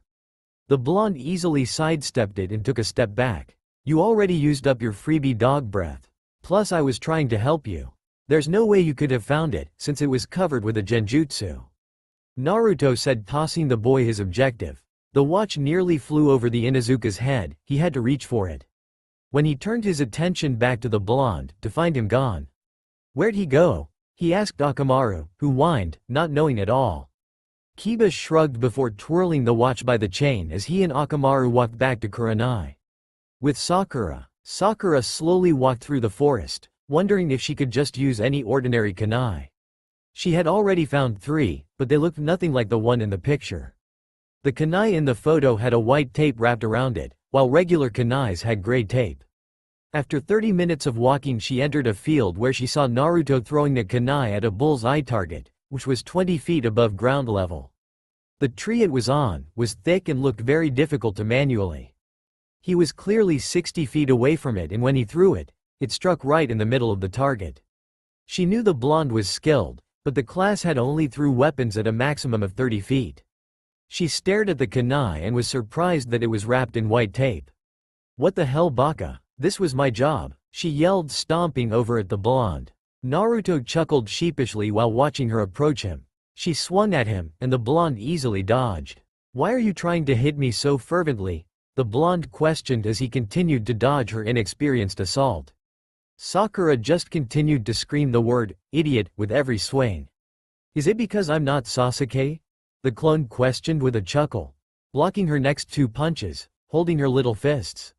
"Why do you like that asshole, when there's a blonde Adonis near you?" the clone said, turning her around and slapping her in the ass. Sakura shrieked with a bright blush on her face. She turned around but didn't find any blonde there. "Ah, when I see that hentai, I'm going to shove my foot up his ass," she yelled while stomping off. She remembered about the kunai and ran to it, before running towards where Kurenai was waiting. Training Ground 8, Main Clearing. Kurenai was standing in the middle of the clearing, waiting for the others to find their targets. The first to return was Naruto, who presented her the unique rose with a blush on his cheeks. "Here you go. A beautiful rose for a beautiful woman," Naruto said, reaching up to put the rose in her hair. "See, it matches your beautiful eyes," Naruto added. Kurenai blushed lightly while straightening up. "Oh, what a charmer," she said with a smile. The blonde chortled with a large blush on his cheeks. He didn't know what was wrong with him, but something was telling him to seduce the raven-haired beauty. He never felt this way. Well, there was the one time he saw Anko, but he was only 9 years old. Though they quickly became pseudo-siblings, and she was very protective of him. Except he hasn't seen her in some time, like 3 days. "Yeah, that's totally me," a demonic voice echoed in his head. "What the hell? Kyuubi, I thought you were still asleep?" Naruto thought while walking to a tree to feign sleep. "Nope, I'm very much awake. Saw the whole thing this morning. Good plan, trying to earn the other humans' trust. Though if you ask me, I'll simply eat them all and use their bones to pick my teeth afterwards." The Biju spoke, making Naruto a little uneasy. "I don't see myself committing any cannibalism anytime, ever," Naruto thought before the memories of his first clone came to mind. Wow, that clone was a little off. Though I guess I can't complain, I would have called him dog breath too. A few minutes later the Inuzuka entered the clearing and handed the Jonin the nice watch. "Say sensei, can I have that watch?" the blonde yelled at the Genin. What, this old thing? I would give it to you, since it's just been collecting dust inside of a box. But it means too much to me. I got from my father, who got it from his father, and so on and so forth. She explained while looking lovingly at the watch. Family heirloom, huh? Naruto muttered with a sigh. I need a watch, he added with a dejected sigh while closing his eyes. More minutes passed by before Naruto snapped his eyes opened. What the fuck? He yelled in his mind after receiving the memories of the last clone. I hate these clones, he added with disdain. He stood to his feet and jumped into the tree, hopping up at least to the third branch, knowing Sakura was beyond mad, judging by the faint scream. Minutes later she returned to the clearing holding the kunai in a reverse grip. Found the kunai-sensei, now where's Naruto at? She asked through clenched teeth. Kunoichi chuckled at her question, having a feeling just why she wanted to know where the blonde was. He's over there in that tree, she said, ratting him out. Really, sensei, it's like that? Naruto yelled from the tree. Sakura yelled and threw the kunai with all her strength. Everyone knew she wasn't a good throw, compared to her teammates. So when the kunai impacted the tree, 10 feet below the blonde, everyone's sweat dropped. You need help, Sakura? Naruto asked with a chuckle. He saw why his clone acted the way he did. Sakura looked adorable with her angry look. Though the hair was a little too long for his liking, it didn't look right on her. Alright, you two be quiet and get over here. I have to give you your results. Kunoichi spoke sternly. Naruto quickly appeared before her in a split second, a small betrayed glare in his eyes. The others quickly joined him, with Sakura shooting him glares, her cheeks still heavily tinted red in embarrassment. And Kiba was between them, wondering what happened between the two. Alright, I'm afraid to say, but you three barely passed, she said with a small smile. The reason you barely passed was because of the blonde here. I'm sure he knew this exercise was about teamwork, judging by how he used clones to help you two and ultimately find all the items himself. Naruto smiled brightly, feeling like the MVN, most valuable ninja. I was actually quite surprised at that. I knew he smelled different somehow. Kiba said, knowing there was something off about the blonde. A clone is still a creation of you, and it felt very real. She said, her blush growing darker at the memory. Stupid perv, Sakura added, turning her head. Naruto chuckled a bit and held his hands up in surrender. I'm sorry, I had no idea my clone was going to do that. I wouldn't do it personally, Naruto said, using his fingers to rub his palm, somehow feeling the memory. Sakura looked at him strangely. He couldn't understand it, because it only lasted a second before she grew angry. If you, she yelled, but was interrupted by Kunoichi. Let me just stop you right there. You three are now officially Team 7. Meet here tomorrow morning for your official start. Congratulations, I need a drink. She muttered the last part, before walking away. The team watched her leave before she body flickered. Naruto yawned, having the feeling it was around noon time. Well, I don't know about you two, but I could use some food right now, Naruto said with a grin. Kiba agreed, flashing a grin of his own, while Sakura glared at him and stomped away. I'll pay, the whiskered Genin added. The two males watched as she stopped, waiting for them. They laughed, already having the feeling that they were going to be embarrassing the girl for a long time. Hokage building, empty room. The Hokage stood in a room by himself. It was nearing noon, about nearly the time for the second tests to reach their ends, if they hadn't already. Nearly instantaneously the room was filled with 8 Genin senseis. Ah, one of you are missing. No matter, he'll come eventually, the Sandame said. Tell me, how did your teams do? One by one, the Jonins announced the students' fates. Each one of them were fails, that is until he got to Kunoichi, who announced that her team passed, with a bit of a slur. Kunoichi-san, are you drunk? She positioned her fingers slightly apart, just a little bit. She said softly with a giggle. Hiruzen chuckled, already having a feeling. That blonde sure is crazy.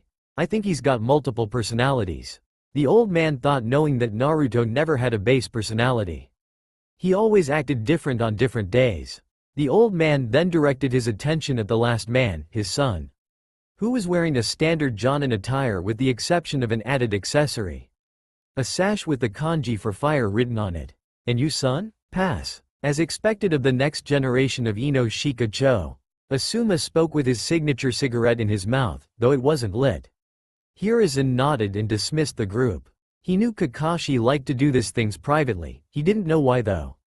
That was just one of the many mysteries concerning the masked Genin. You can appear now, Kakashi-kun. Hiruzen told the hidden man. How'd yours do? Kakashi appeared with a relaxed attitude, one hand in his pocket, the other holding Icha Paradise. I can't complain. I have 2 Genins that work well with each other and 1 brash Uchiha. They pass, so I feel I'm going to have an interesting experience with them. Hiruzen nodded and dismissed him. He didn't feel like having any extended conversations. He really wanted to continue his paperwork before it got out of hand, as it always does. With that, the Jonin meeting was done, in the span of minutes. Truly how every meeting should be handled. The newly formed team of Genins were doing the 3rd mission of the day, walking the Inuzuka's dogs. Naruto blinked a few times as he held the leash to a few of the Inuzuka clan's more larger dogs, one being a very large bulldog. So, why are we walking your dogs? Naruto asked, looking straight at the chuckling Kiba. The brown-haired Inuzuka chuckled as he led a few, more obedient, dogs through the forest. Honestly, mother told me to do this yesterday, but I forgot. He continued to chuckle as some of the dogs barked at him. The blonde shook his head. You know your mom's not going to pay you, right? He commented, as he more or less dragged the dogs. He was getting a little irritated at them. Would you guys walk on your own? He yelled at them in anger, as they whimpered and timidly walked ahead of the blonde. Naruto-kun, don't yell at the dogs. Kuronai said from the sidelines, walking a medium-sized German shepherd. The blonde sighed and hung his head. Sorry sensei, Naruto said before whistling at the dogs. Sorry dogs, I didn't mean to snap at you. He apologized with a sad tone. The dogs barked loudly and one of them licked at the blonde's cheeks. The whiskered blonde chuckled as the dark gray dog continued to happily lick at his cheeks. See Naruto, they're not so bad.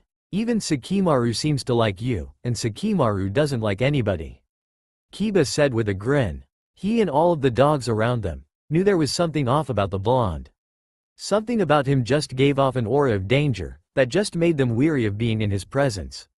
He didn't know what it was, but maybe with the help of the dogs, he'll get an inkling of who his teammate was. That made him think about his other teammate, Sakura. He looked over at the pink-haired girl. She had a single dog, just like their sensei. Though, unlike their sensei, she was being dragged by the dog. The white-furred canine was rather excited, as she always was. It was obvious those two were polar opposites, neither ready for the other. Let's get some exercise, yeah? Naruto said, letting go of all of his leashes as he laughed and ran around the area with the dogs, playfully chasing him. The number of canines chasing him increased as everyone let go of their own leashes. The blonde was having fun with the dogs. He couldn't believe that neither of them had a master of their own. While he was running, a dog appeared in front of him and he promptly tripped over the canine. His body flew through the air for a few feet before hitting the ground. Dogpile. Kiba yelled loudly as the large bulldog flew through the air. No. The blonde continued to rant before the canine landed on him. Everyone chuckled as more dogs continued to jump into the pile, their tails wagging wildly. Sakimaru simply sat on his haunches near the pile of dogs, his tail wagging quickly. Sakura giggled loudly at the sight of all the dogs on the blonde.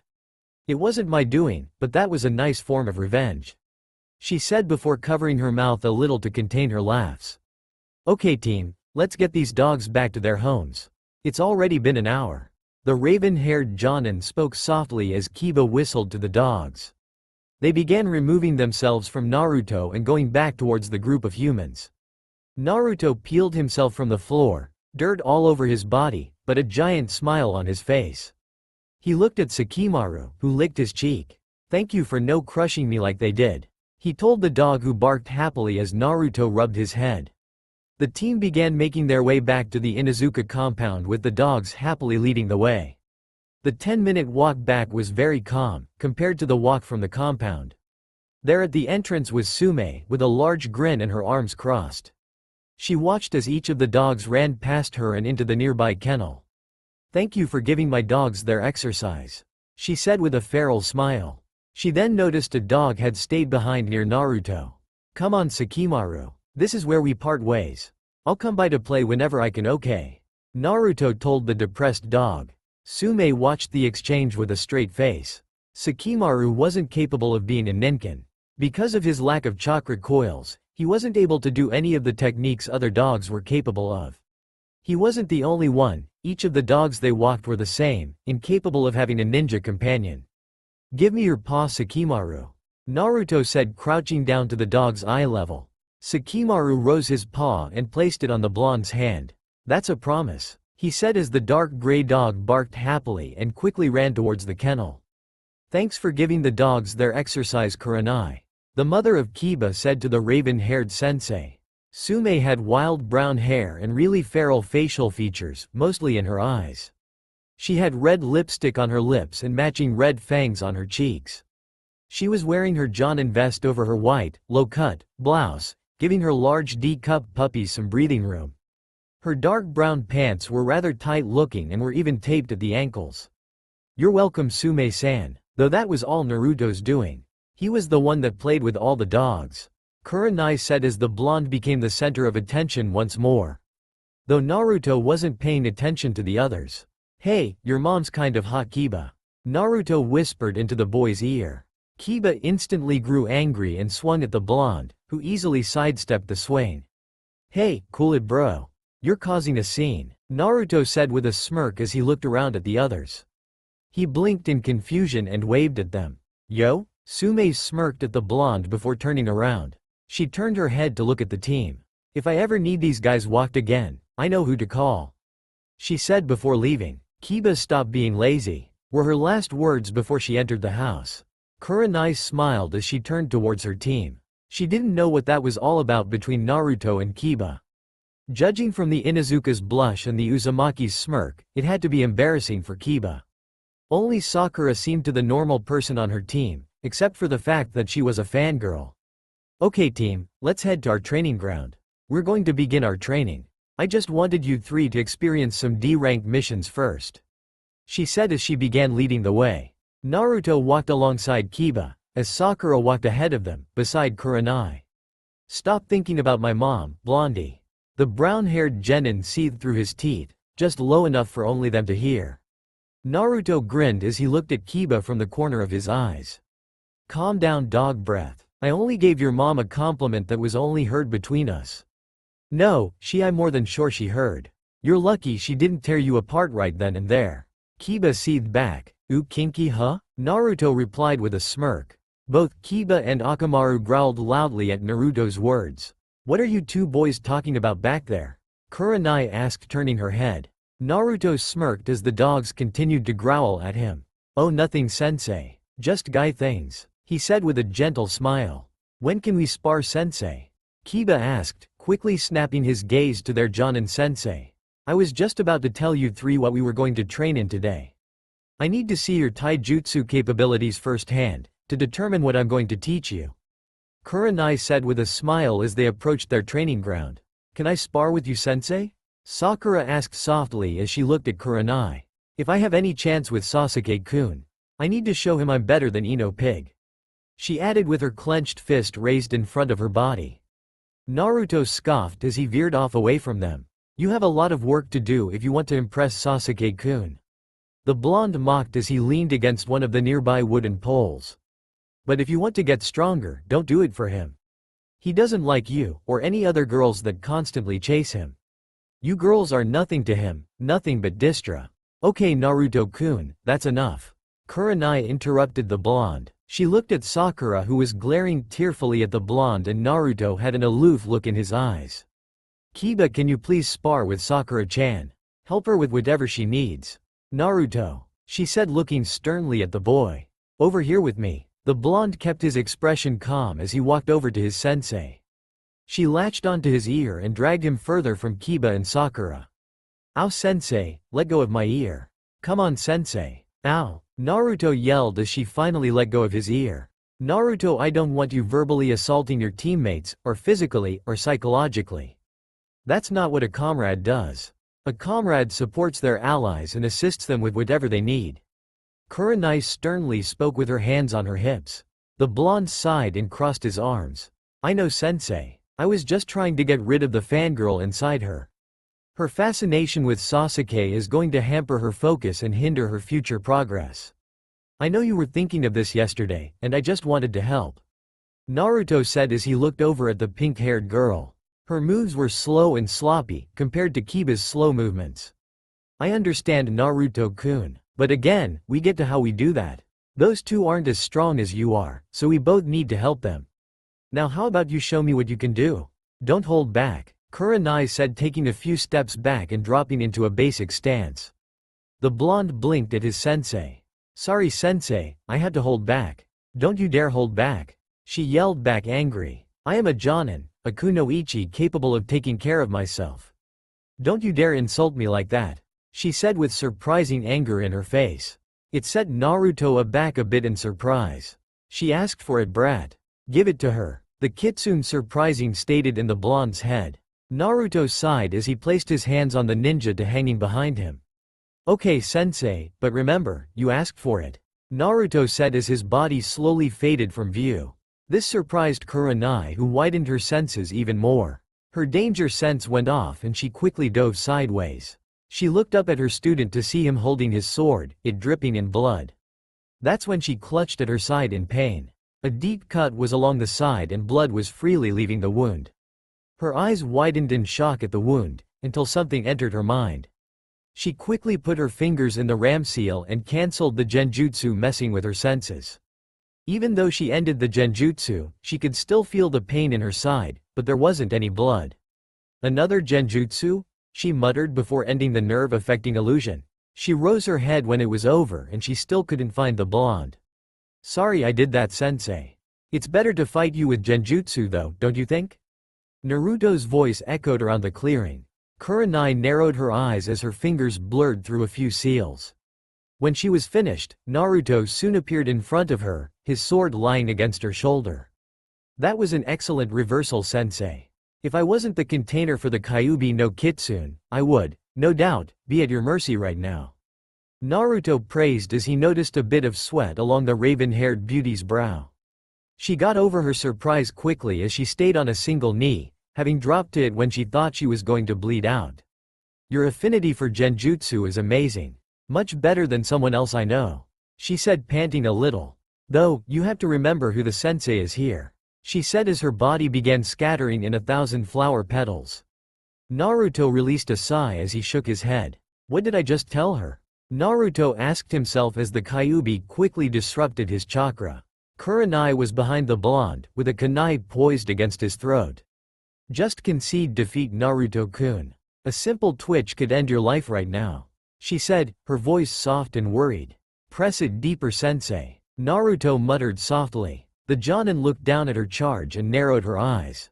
She was surprised Naruto's body began vanishing from her sight again. She pressed and wasn't surprised her kunai sliced air. She checked her senses and saw that they weren't being invaded at all, this was real.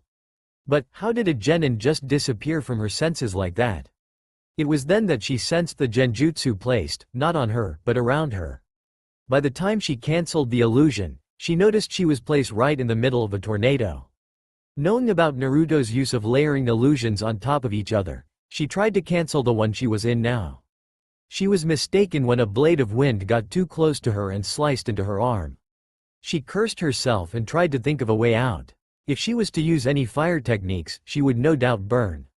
Any earth could protect her for a while, before the strong wind tore it up and added shrapnel to the mix. She was going to have to take the risk. She was supposed to be his sensei, and she needed to teach him a lesson. She flew through a series of hand seals and slammed her hands on the ground. The earth rumbled under her before she was propelled into the air by a rising earth wall. Another quick series and her body scattered into 1,000 flower petals. Naruto watched her escape with wide eyes. He was sure she would have ended the mock fight, but she chose to continue.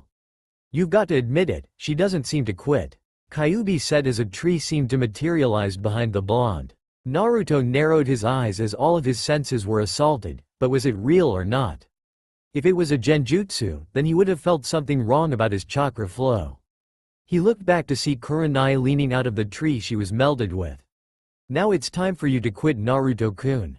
The blonde looked to see rope tied around his body, instead of the branches he had saw seconds ago. The genjutsu was broken, but he was tied with rope. He could easily escape, but the look in his sensei's eyes told him that she didn't want to fight him anymore. "Okay, sensei. I know when I'm beaten," Naruto said, watching her smile softly. "Thank you, Naruto-kun," she said while untying the whiskered genin.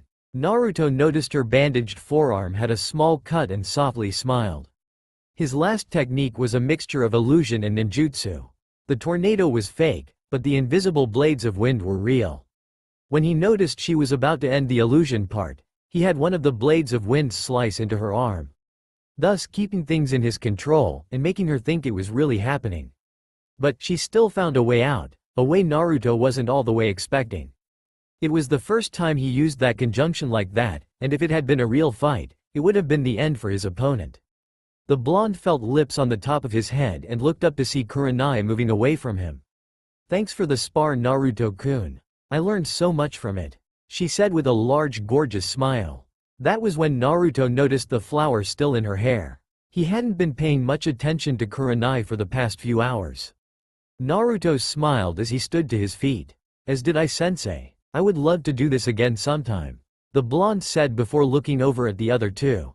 From the looks of things, Sakura seemed to be getting better since she started 15 minutes ago. Kiba still seemed the same, but that was to be expected. He wasn't being pushed at all. If he was learning anything from that spar, it was knowing how to hold back and learn how to read his opponent.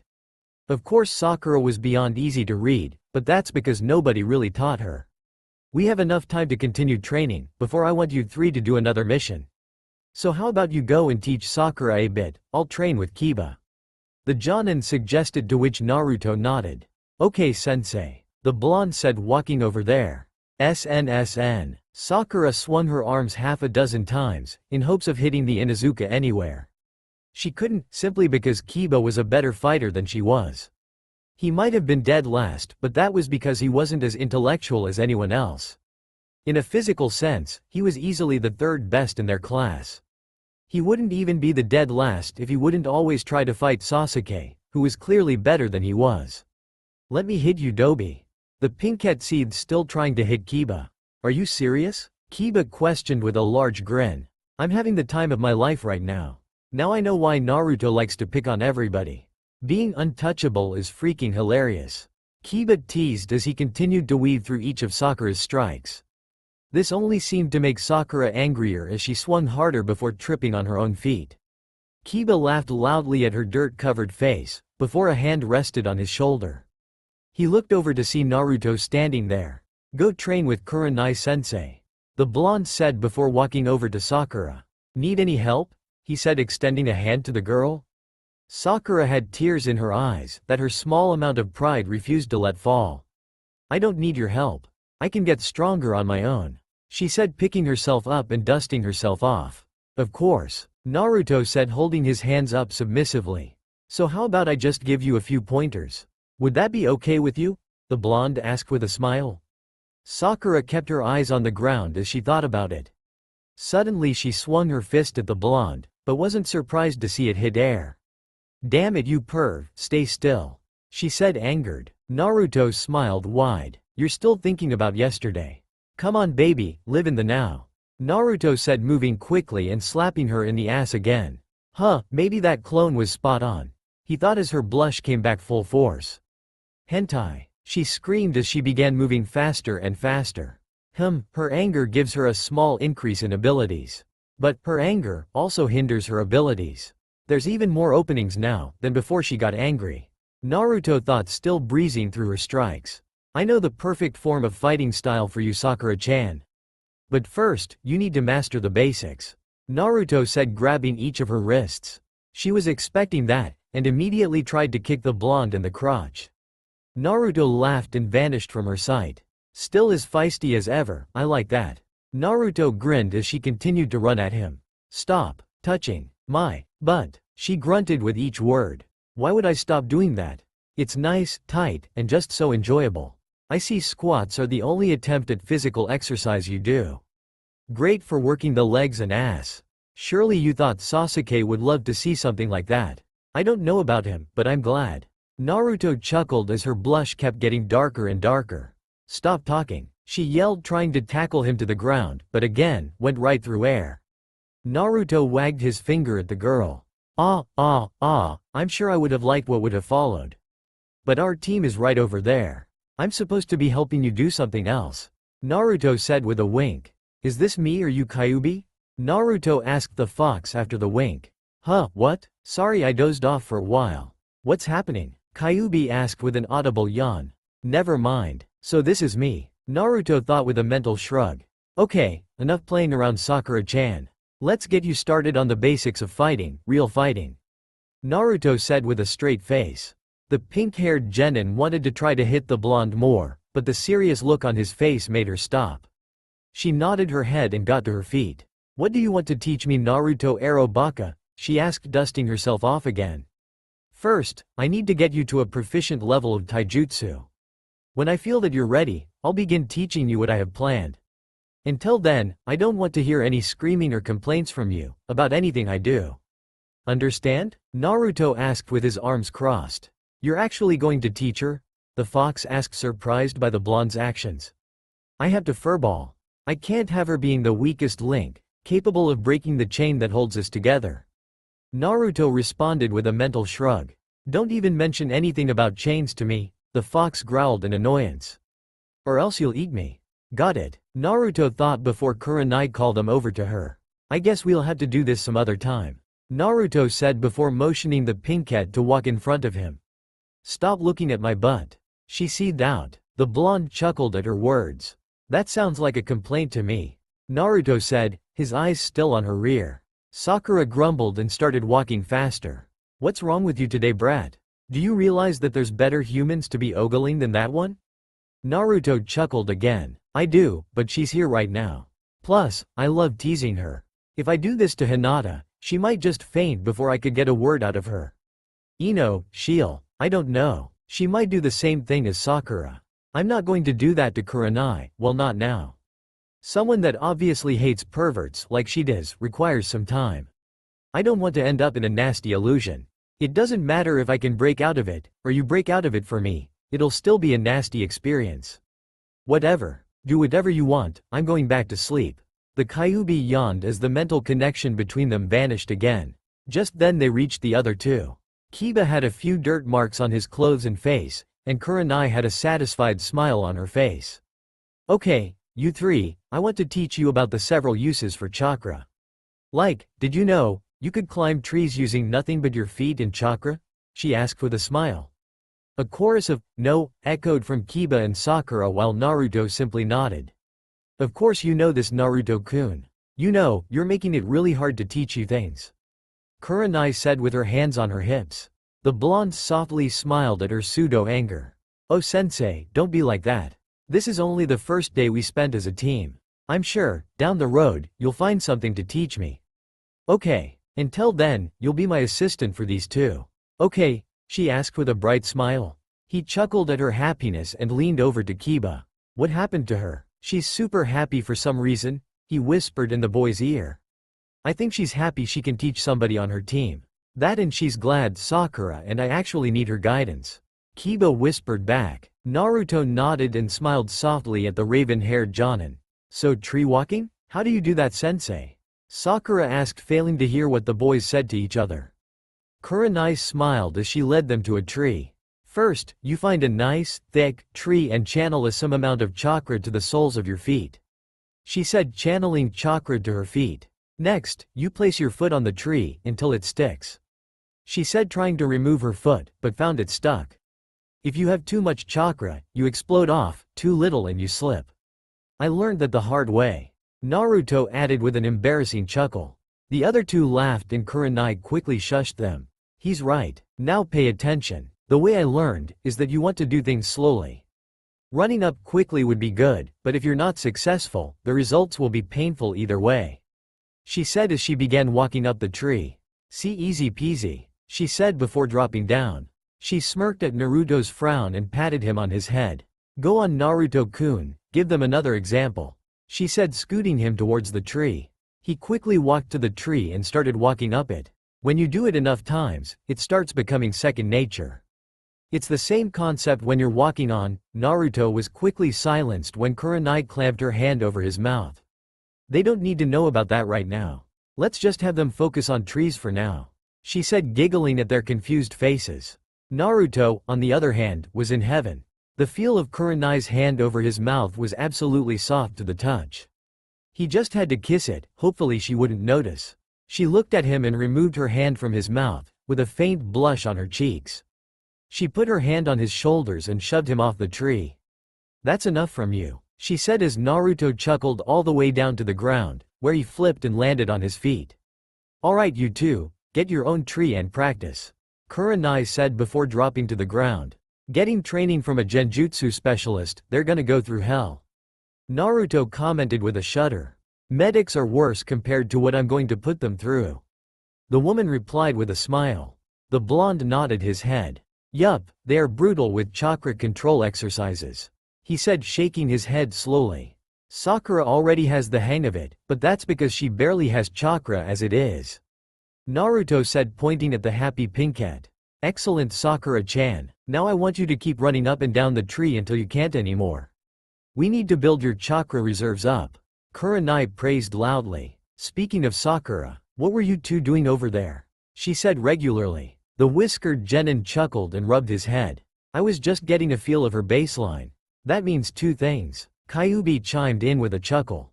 I plan on teaching her how to utilize genjutsu while, at the same time, fighting someone hand to hand, Naruto said, crossing his arms. Kurenai rose an eyebrow. You mean the Sakaku no Ken? Illusion fist. The blonde nodded his head. Not surprising, you know that style, with you being a genjutsu specialist and all. I'm surprised you know it. It takes years of muscle memory to fight with it for 5 minutes, she said in surprise. It doesn't take that long. I only needed a total of 6 months to master it.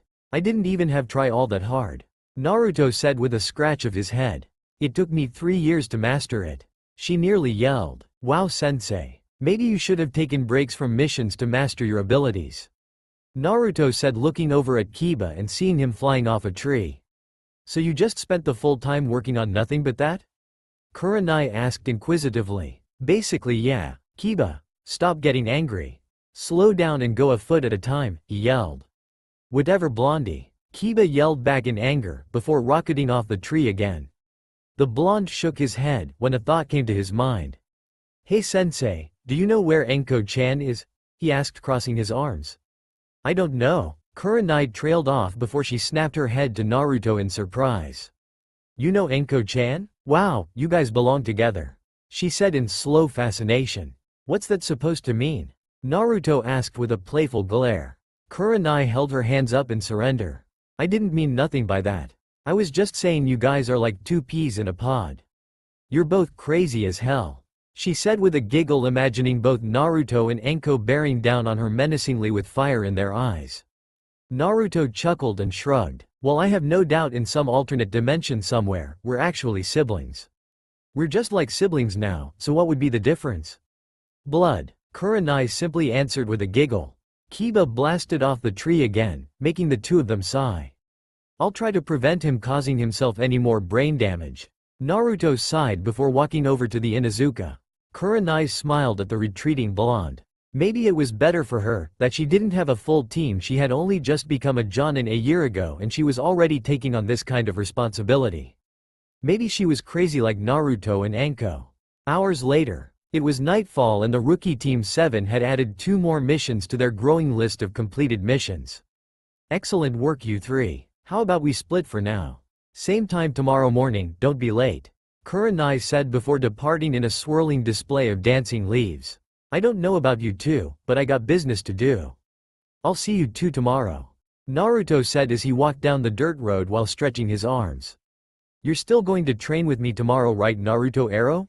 Sakura asked, cupping her hands over her mouth.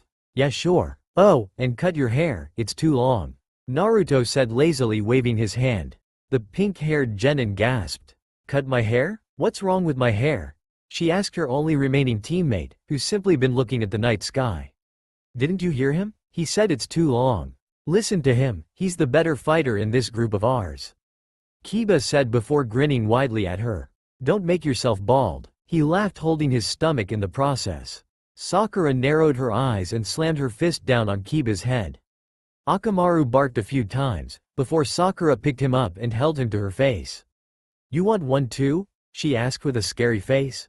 The white-furred dog simply whimpered a few times in response. Sakura smiled and set him down, next to his chuckling partner. "I guess I'll have mother cut my hair," Sakura muttered before walking home. The brown-haired Inuzuka got up and set Akamaru on his head. "I guess it's only us tonight, huh Akamaru?" Kiba said with the canine yapping back a response. "You're right, it's not too late to train. We have two choices, join Naruto or go home." Akamaru growled a bit before barking another response. "What, still? Come on, he's a nice guy," Kiba said with a shake of his head as Akamaru growled at him for it. He barked a few more times before Kiba grabbed Akamaru and held him to his face, like Sakura had him a few minutes ago. "You know I can't do that, we just made a truce yesterday. If he sees me, and I have no doubt that he will, he'll get angry and nobody wants that," Kiba said, shaking his head no after the pup barked a few more times. The Inuzuka smiled at the dog's whimper. "Finally, you understand. Now, can we go home and train for a while? We have a lot of work to do before we can reach Naruto's level," Kiba said as he ran home to the Inuzuka compound. SNSN. Naruto yawned a bit as he entered the training ground. It was completely vacant save for a lone female, standing on top of the lake. She was a thing of beauty, with the light of the moon shining off the lake's surface and illuminating her.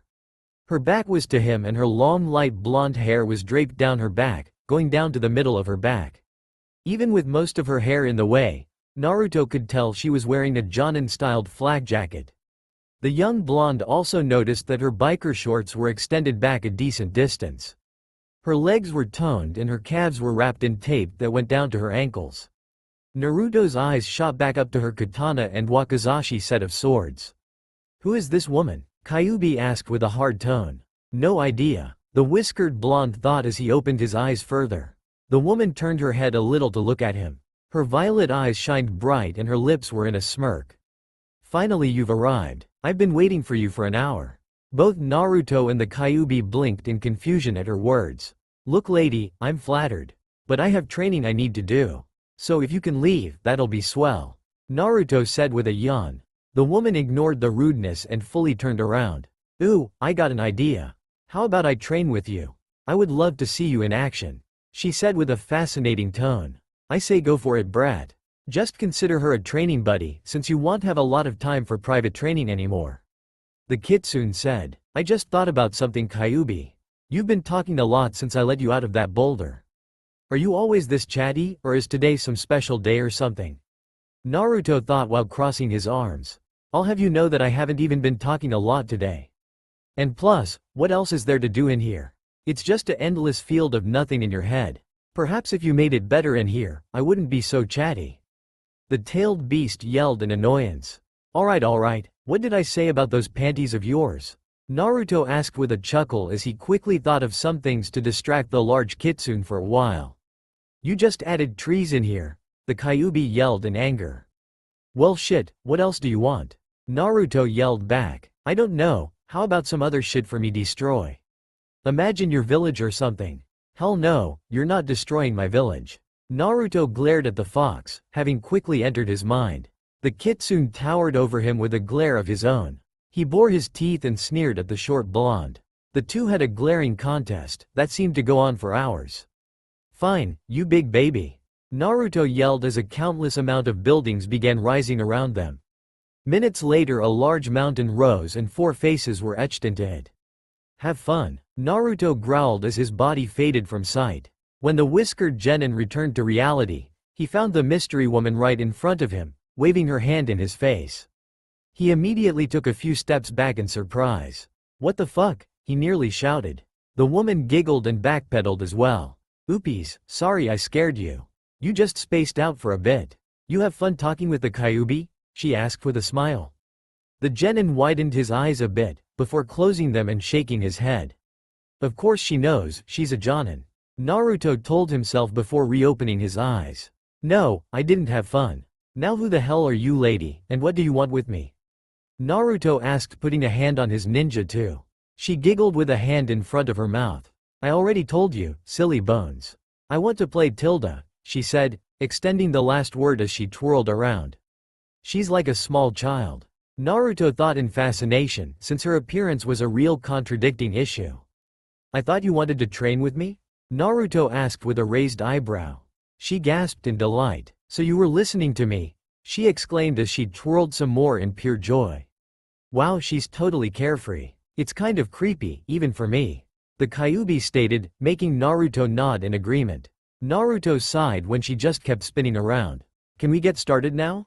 Or do you want to spin some more? The Genin asked while slowly unsheathing his sword. She stopped spinning with a beautiful smile on her lips. Okay, she exclaimed happily before she began spinning again. Naruto narrowed his eyes in annoyance and ran at her. He swung his sword and was surprised to see her step out of the way of it. She giggled as she continued to spin in delight. The short blonde grunted as he swung his sword more, each time hitting nothing but air. He growled in anger and jumped back. He channeled some wind and released a crescent blade of wind.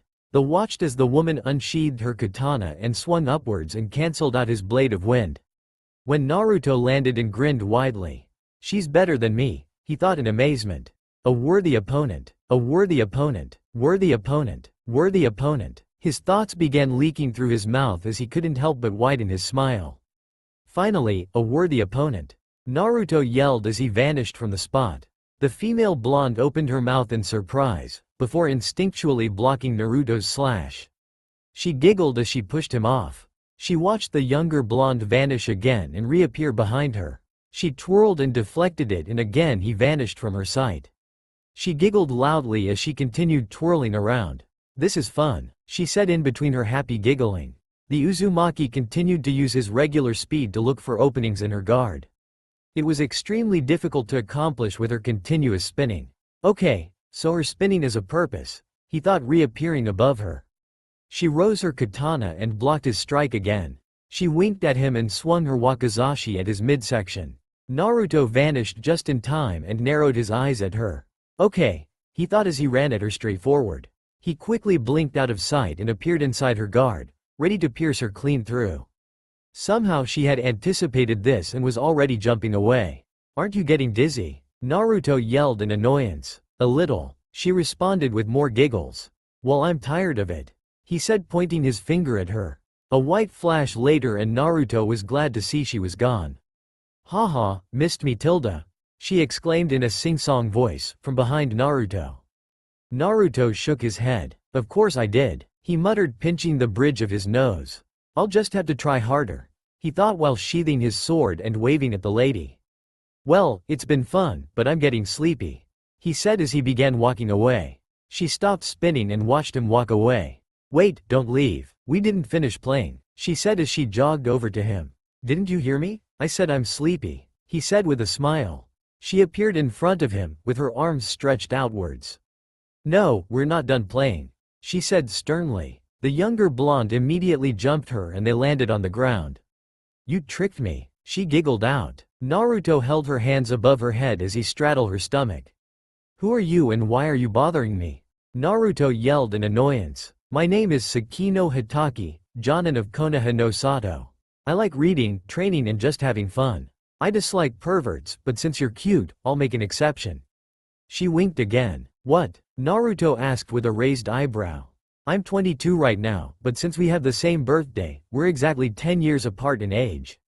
Hi, birthday buddy, she giggled. Naruto rolled his eyes as he released her hands. All of this because we're birthday buddies? Wow, you're one strange girl, he said, crossing his arms.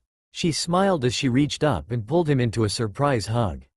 Unless you're going to do something, would you perhaps get off me? You're not exactly light as a feather, she whispered into his ear. The young blonde smirked as he was released from the hug. I don't know about that. This might just turn out to be my new favorite seat, he said, holding her wrists again and putting them back over her head. Okay, fine by me. But if Nissan catches you, he might end up killing you. She giggled out after planting a kiss right on his forehead protector. And he's very protective when he wants to be, she added with another giggle. Naruto blinked as he slowly released her wrists. Oh yeah, I thought I heard Hitaki earlier. I'll get up now, the Kyuubi container said as he slowly got up. Sakino stayed on the floor and giggled. Haha, tricked you. He wouldn't have caught you because I'm not really here. I'm a clone, bye-bye. She said before dispelling, shocking Naruto at the drifting smoke. Wow, that girl was really strange. Kyuubi said after Naruto stayed still for 5 minutes. You can say that again. Naruto thought. Wow, that girl was really strange. The kitsune repeated with a laugh. The blonde shook his head at the fox as he turned around. She was really strong too, and had an affinity with wind. A strong one at that. Naruto thought while walking out of the training ground. Oh, you noticed that too. She had a strange technique with her spinning. It was like a strong air current was around her, allowing her to spinning faster. She used it like a Hyuga's Byakugan, giving her a complete 360 degree of vision. Kyuubi opinionated. Naruto nodded as he took to the roofs of the village. I know. Every time I tried to attack, it was like the current would move my sword in front of hers. The only time she stopped spinning was when I attacked from above. The blonde replayed the event in his head. That's what her short sword was for. For anyone that exploited that fact, would be wide open to the attack. You're very lucky you were faster than she realized. Did you see the Anbu tattoo on her shoulder? I did. She probably just left the Anbu some time ago, maybe a month or two. I haven't even heard of her until today, and that's a first for me. You know, considering who her brother is. Naruto responded as he dropped down in front of his door. Tomorrow is just around the corner. I'd best get to sleep now, since I really didn't get to train how I wanted to tonight. Naruto said, removing his everything. Right, well, I'm going back to decimating this village. The Kyuubi said with roaring laughter as the connection was broken. Naruto shook his head as he stepped into the shower. The people around me are weird. He muttered. 2 weeks later. Naruto smiled as felt strength behind Sakura's punches had increased a lot since the beginning of their training a few weeks ago. He grabbed her arm and tossed her overhead, and was immediately pressed by Kiba's advancement. Kiba looked the same he always did, but he had discarded his coat when Naruto kept grabbing it and tossing him with it.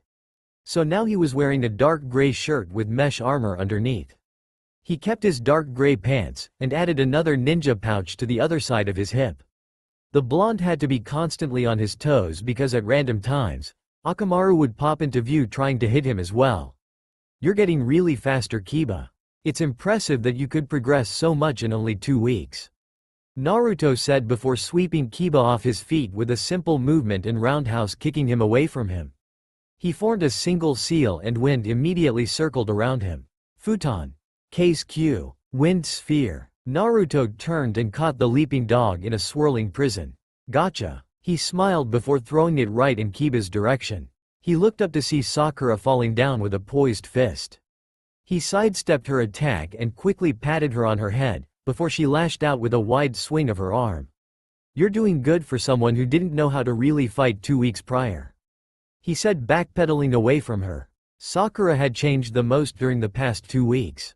Her hair had been cut, like Naruto suggested, and now it just reached past her shoulders. She had changed her dress to an armored red shirt, for the same reason Kiba removed his coat. She had also changed the color to her shorts, they're now being black. She was also equipped with dark gray gloves, that she only used whenever she fought. Finally at Genin level, Naruto added as he stuck fast. With 2 precise strikes, Sakura lost control of both of her arms. Seem familiar? He smirked as she yelled in anger. Keep that anger in check. Do what I taught you and you'll be out in minutes. Until then, rest and think. He said before substituting as spinning Kiba tore into a large log. Be careful, Kiba-kun, Sakura-chan was right there. Kurenai yelled from the sidelines as she watched her students spar with Naruto. She's right, Kiba. Sakura yelled, kicking the brown-haired Genin in his shin. Sakura, what did I say about that anger? Naruto asked with a smirk, chuckling at the wincing Inuzuka. We need a plan against that pervert. Sakura whispered as she slowly circled her chakra inside of her coils. She had the best chakra control between the two and could use it to soothe her muscles.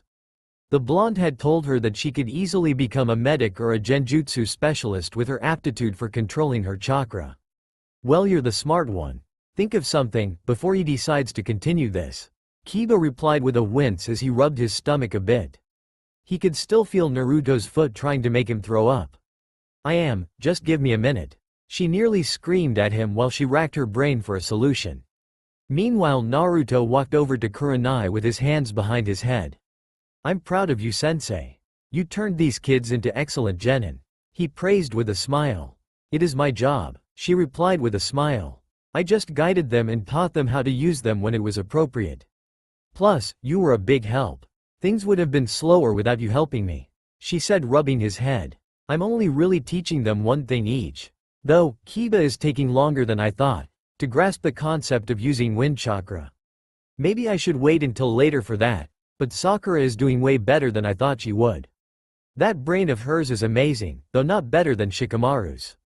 Naruto praised his teammates. Kurenai nodded. When was the last time she talked about Sasuke-san? Who? Naruto asked with a laugh. Yesterday though. That was only because we saw them in passing and she kind of reverted back to being a fangirl. Though she only called his name and waved. Naturally, he didn't even pay attention to her. I was glad to see that she seemed to brush his rejection off better than he brushed off her affection. "Our little girl is growing up," Naruto said playfully with tears at the corner of his eyes. Kurenai giggled and patted him on his shoulder. "Stop being silly in the middle of a fight," she said playfully. The blonde chuckled as he turned around. "Sure, sensei. Can we go on a mission after this?" he asked while turning his head. "Yup, D-rank, like always." She smiled. The blonde bristled at her reply. "No, I'm tired of doing chores now. We did like 100 of D-ranks." Kurenai put her hands on her hips with a soft scoff. "Why don't you stop exaggerating, young man? We're not even close to that number," she said. Naruto crossed his arms. "Well, it felt like that much," he mumbled as he turned back towards the others. "What was that?" Kurenai asked in a very motherly way. "I didn't say nothing," Naruto said as he noticed the others ran into the forest. "The hell?" he muttered as he quickly followed. As soon as he entered the foliage, a shower of kunai fell above him. He shimmered out of the way and quickly continued his pursuit of his retreating teammates. He really didn't know where the kunai came from, but he quickly realized he was in a genjutsu. "Ah, very sneaky of her. I didn't even teach her any genjutsu." "Very sneaky, sensei," Naruto thought as Kiba quickly shot from his left and right, at the same time. Again Naruto shimmered out of the way. "Excellent use of the surroundings, Kiba. You see, Kurenai-sensei is teaching you how to think better," Naruto said before Kiba and the transformed Akamaru continued to rocket in and out of Naruto's sight. Kiba was going faster and faster, until he was moving at the speed of a chunin. The blonde turned his head and watched one of the transformed Kiba bounce off of the tree and quickly jump to another to come at the blonde again. "We have to get ready for a C-rank mission later, so I'm not going to hurt you too bad," Naruto said while he went through some hand seals. "Futon. Shogekiya. Impact wave," Naruto said as both of the Kibas came at him at the same time. Their bodies were quickly halted in mid-air and then rocketed backwards. "Two down, one to go," Naruto said as he resumed running through the forest. A minute later he came up to a waterfall to see Sakura knee-high in the water, her shirtless back to him. She turned her head and screamed loudly, pressing her hands to her chest. "You perv, get out of here." Naruto simply rose his eyebrow and tried to cancel the illusion. He must have been in. He quickly noticed the rope down near his foot and was immediately ensnared in the trap. "Wow, what an excellent trap. Very random and genius, I was not expecting this." The upside-down blonde praised the pinkette. "Alright, now stop looking over here. I had to go get my shirt over there," she said since she had to leave a bit of clothing over there, or Naruto wouldn't believe what he saw. "It's not like you have anything to hide." Naruto as he continued to swing a bit in the air. Tick marks appeared on Sakura's large forehead as she stomped her way towards him. "Oh crap," he thought as he quickly sliced through the rope with a blade of wind and flipped over. "Okay, Sakura-chan, calm down, I didn't mean it. You're just a late bloomer." Naruto held up his hands in surrender. She pulled her arm back and threw her punch. Naruto smirked as he quickly caught it and turned her around, pressing her bare back to him, and crossing her arms in front of her. "Keep your anger in check, Sakura-chan. You were wide open. Now go put your shirt on before Kiba sees you, or maybe you should think about wrapping your chest if you don't want to see you topless. Still don't have anything to hide though," Naruto added with a chuckle as he vanished from the area. Naruto appeared back with Kurenai with a smile. "Training's over for today. The others should be here in a few." I wonder what kind of mission we'll get. Naruto mused with his hands above his head. Kurenai shrugged her shoulders. It could be anything from searching for something, escorting someone and even helping someone do something. They're very much like D ranks, except we'll be doing it outside of the village. Kurenai explained. The blonde rose an eyebrow as the others walked out of the surrounding foliage. Really, then can we get a B rank? He asked with a chuckle. She giggled and rubbed his head again. No, I'm barely allowing you to do a C rank. Don't make things difficult, Naruto-kun, she said as the others walked up to them. Is it true, sensei? Are we finally going to do a C rank? Kiba asked excitedly. The Genin sighed and put her hands on her hips. I guess I am. I do wish you had at least a month of training before we tried a C rank. But this guy gets antsy when doing chores. Kurenai said as Kiba wrapped an arm around Naruto's shoulders and laughed. Good job, man, he thanked as the blonde joined the laughter. We're more than ready for a mission, sensei. Plus, it's like we have 2 Genin on our team, she said as she too wrapped an arm around Naruto's shoulder. Kurenai giggled seeing her students acting goofy and carefree. Alright then you 3, let's go get ourselves a mission, she said with a smile as the 3 cheered. That's all for now. If you enjoy then please like, share and do comments.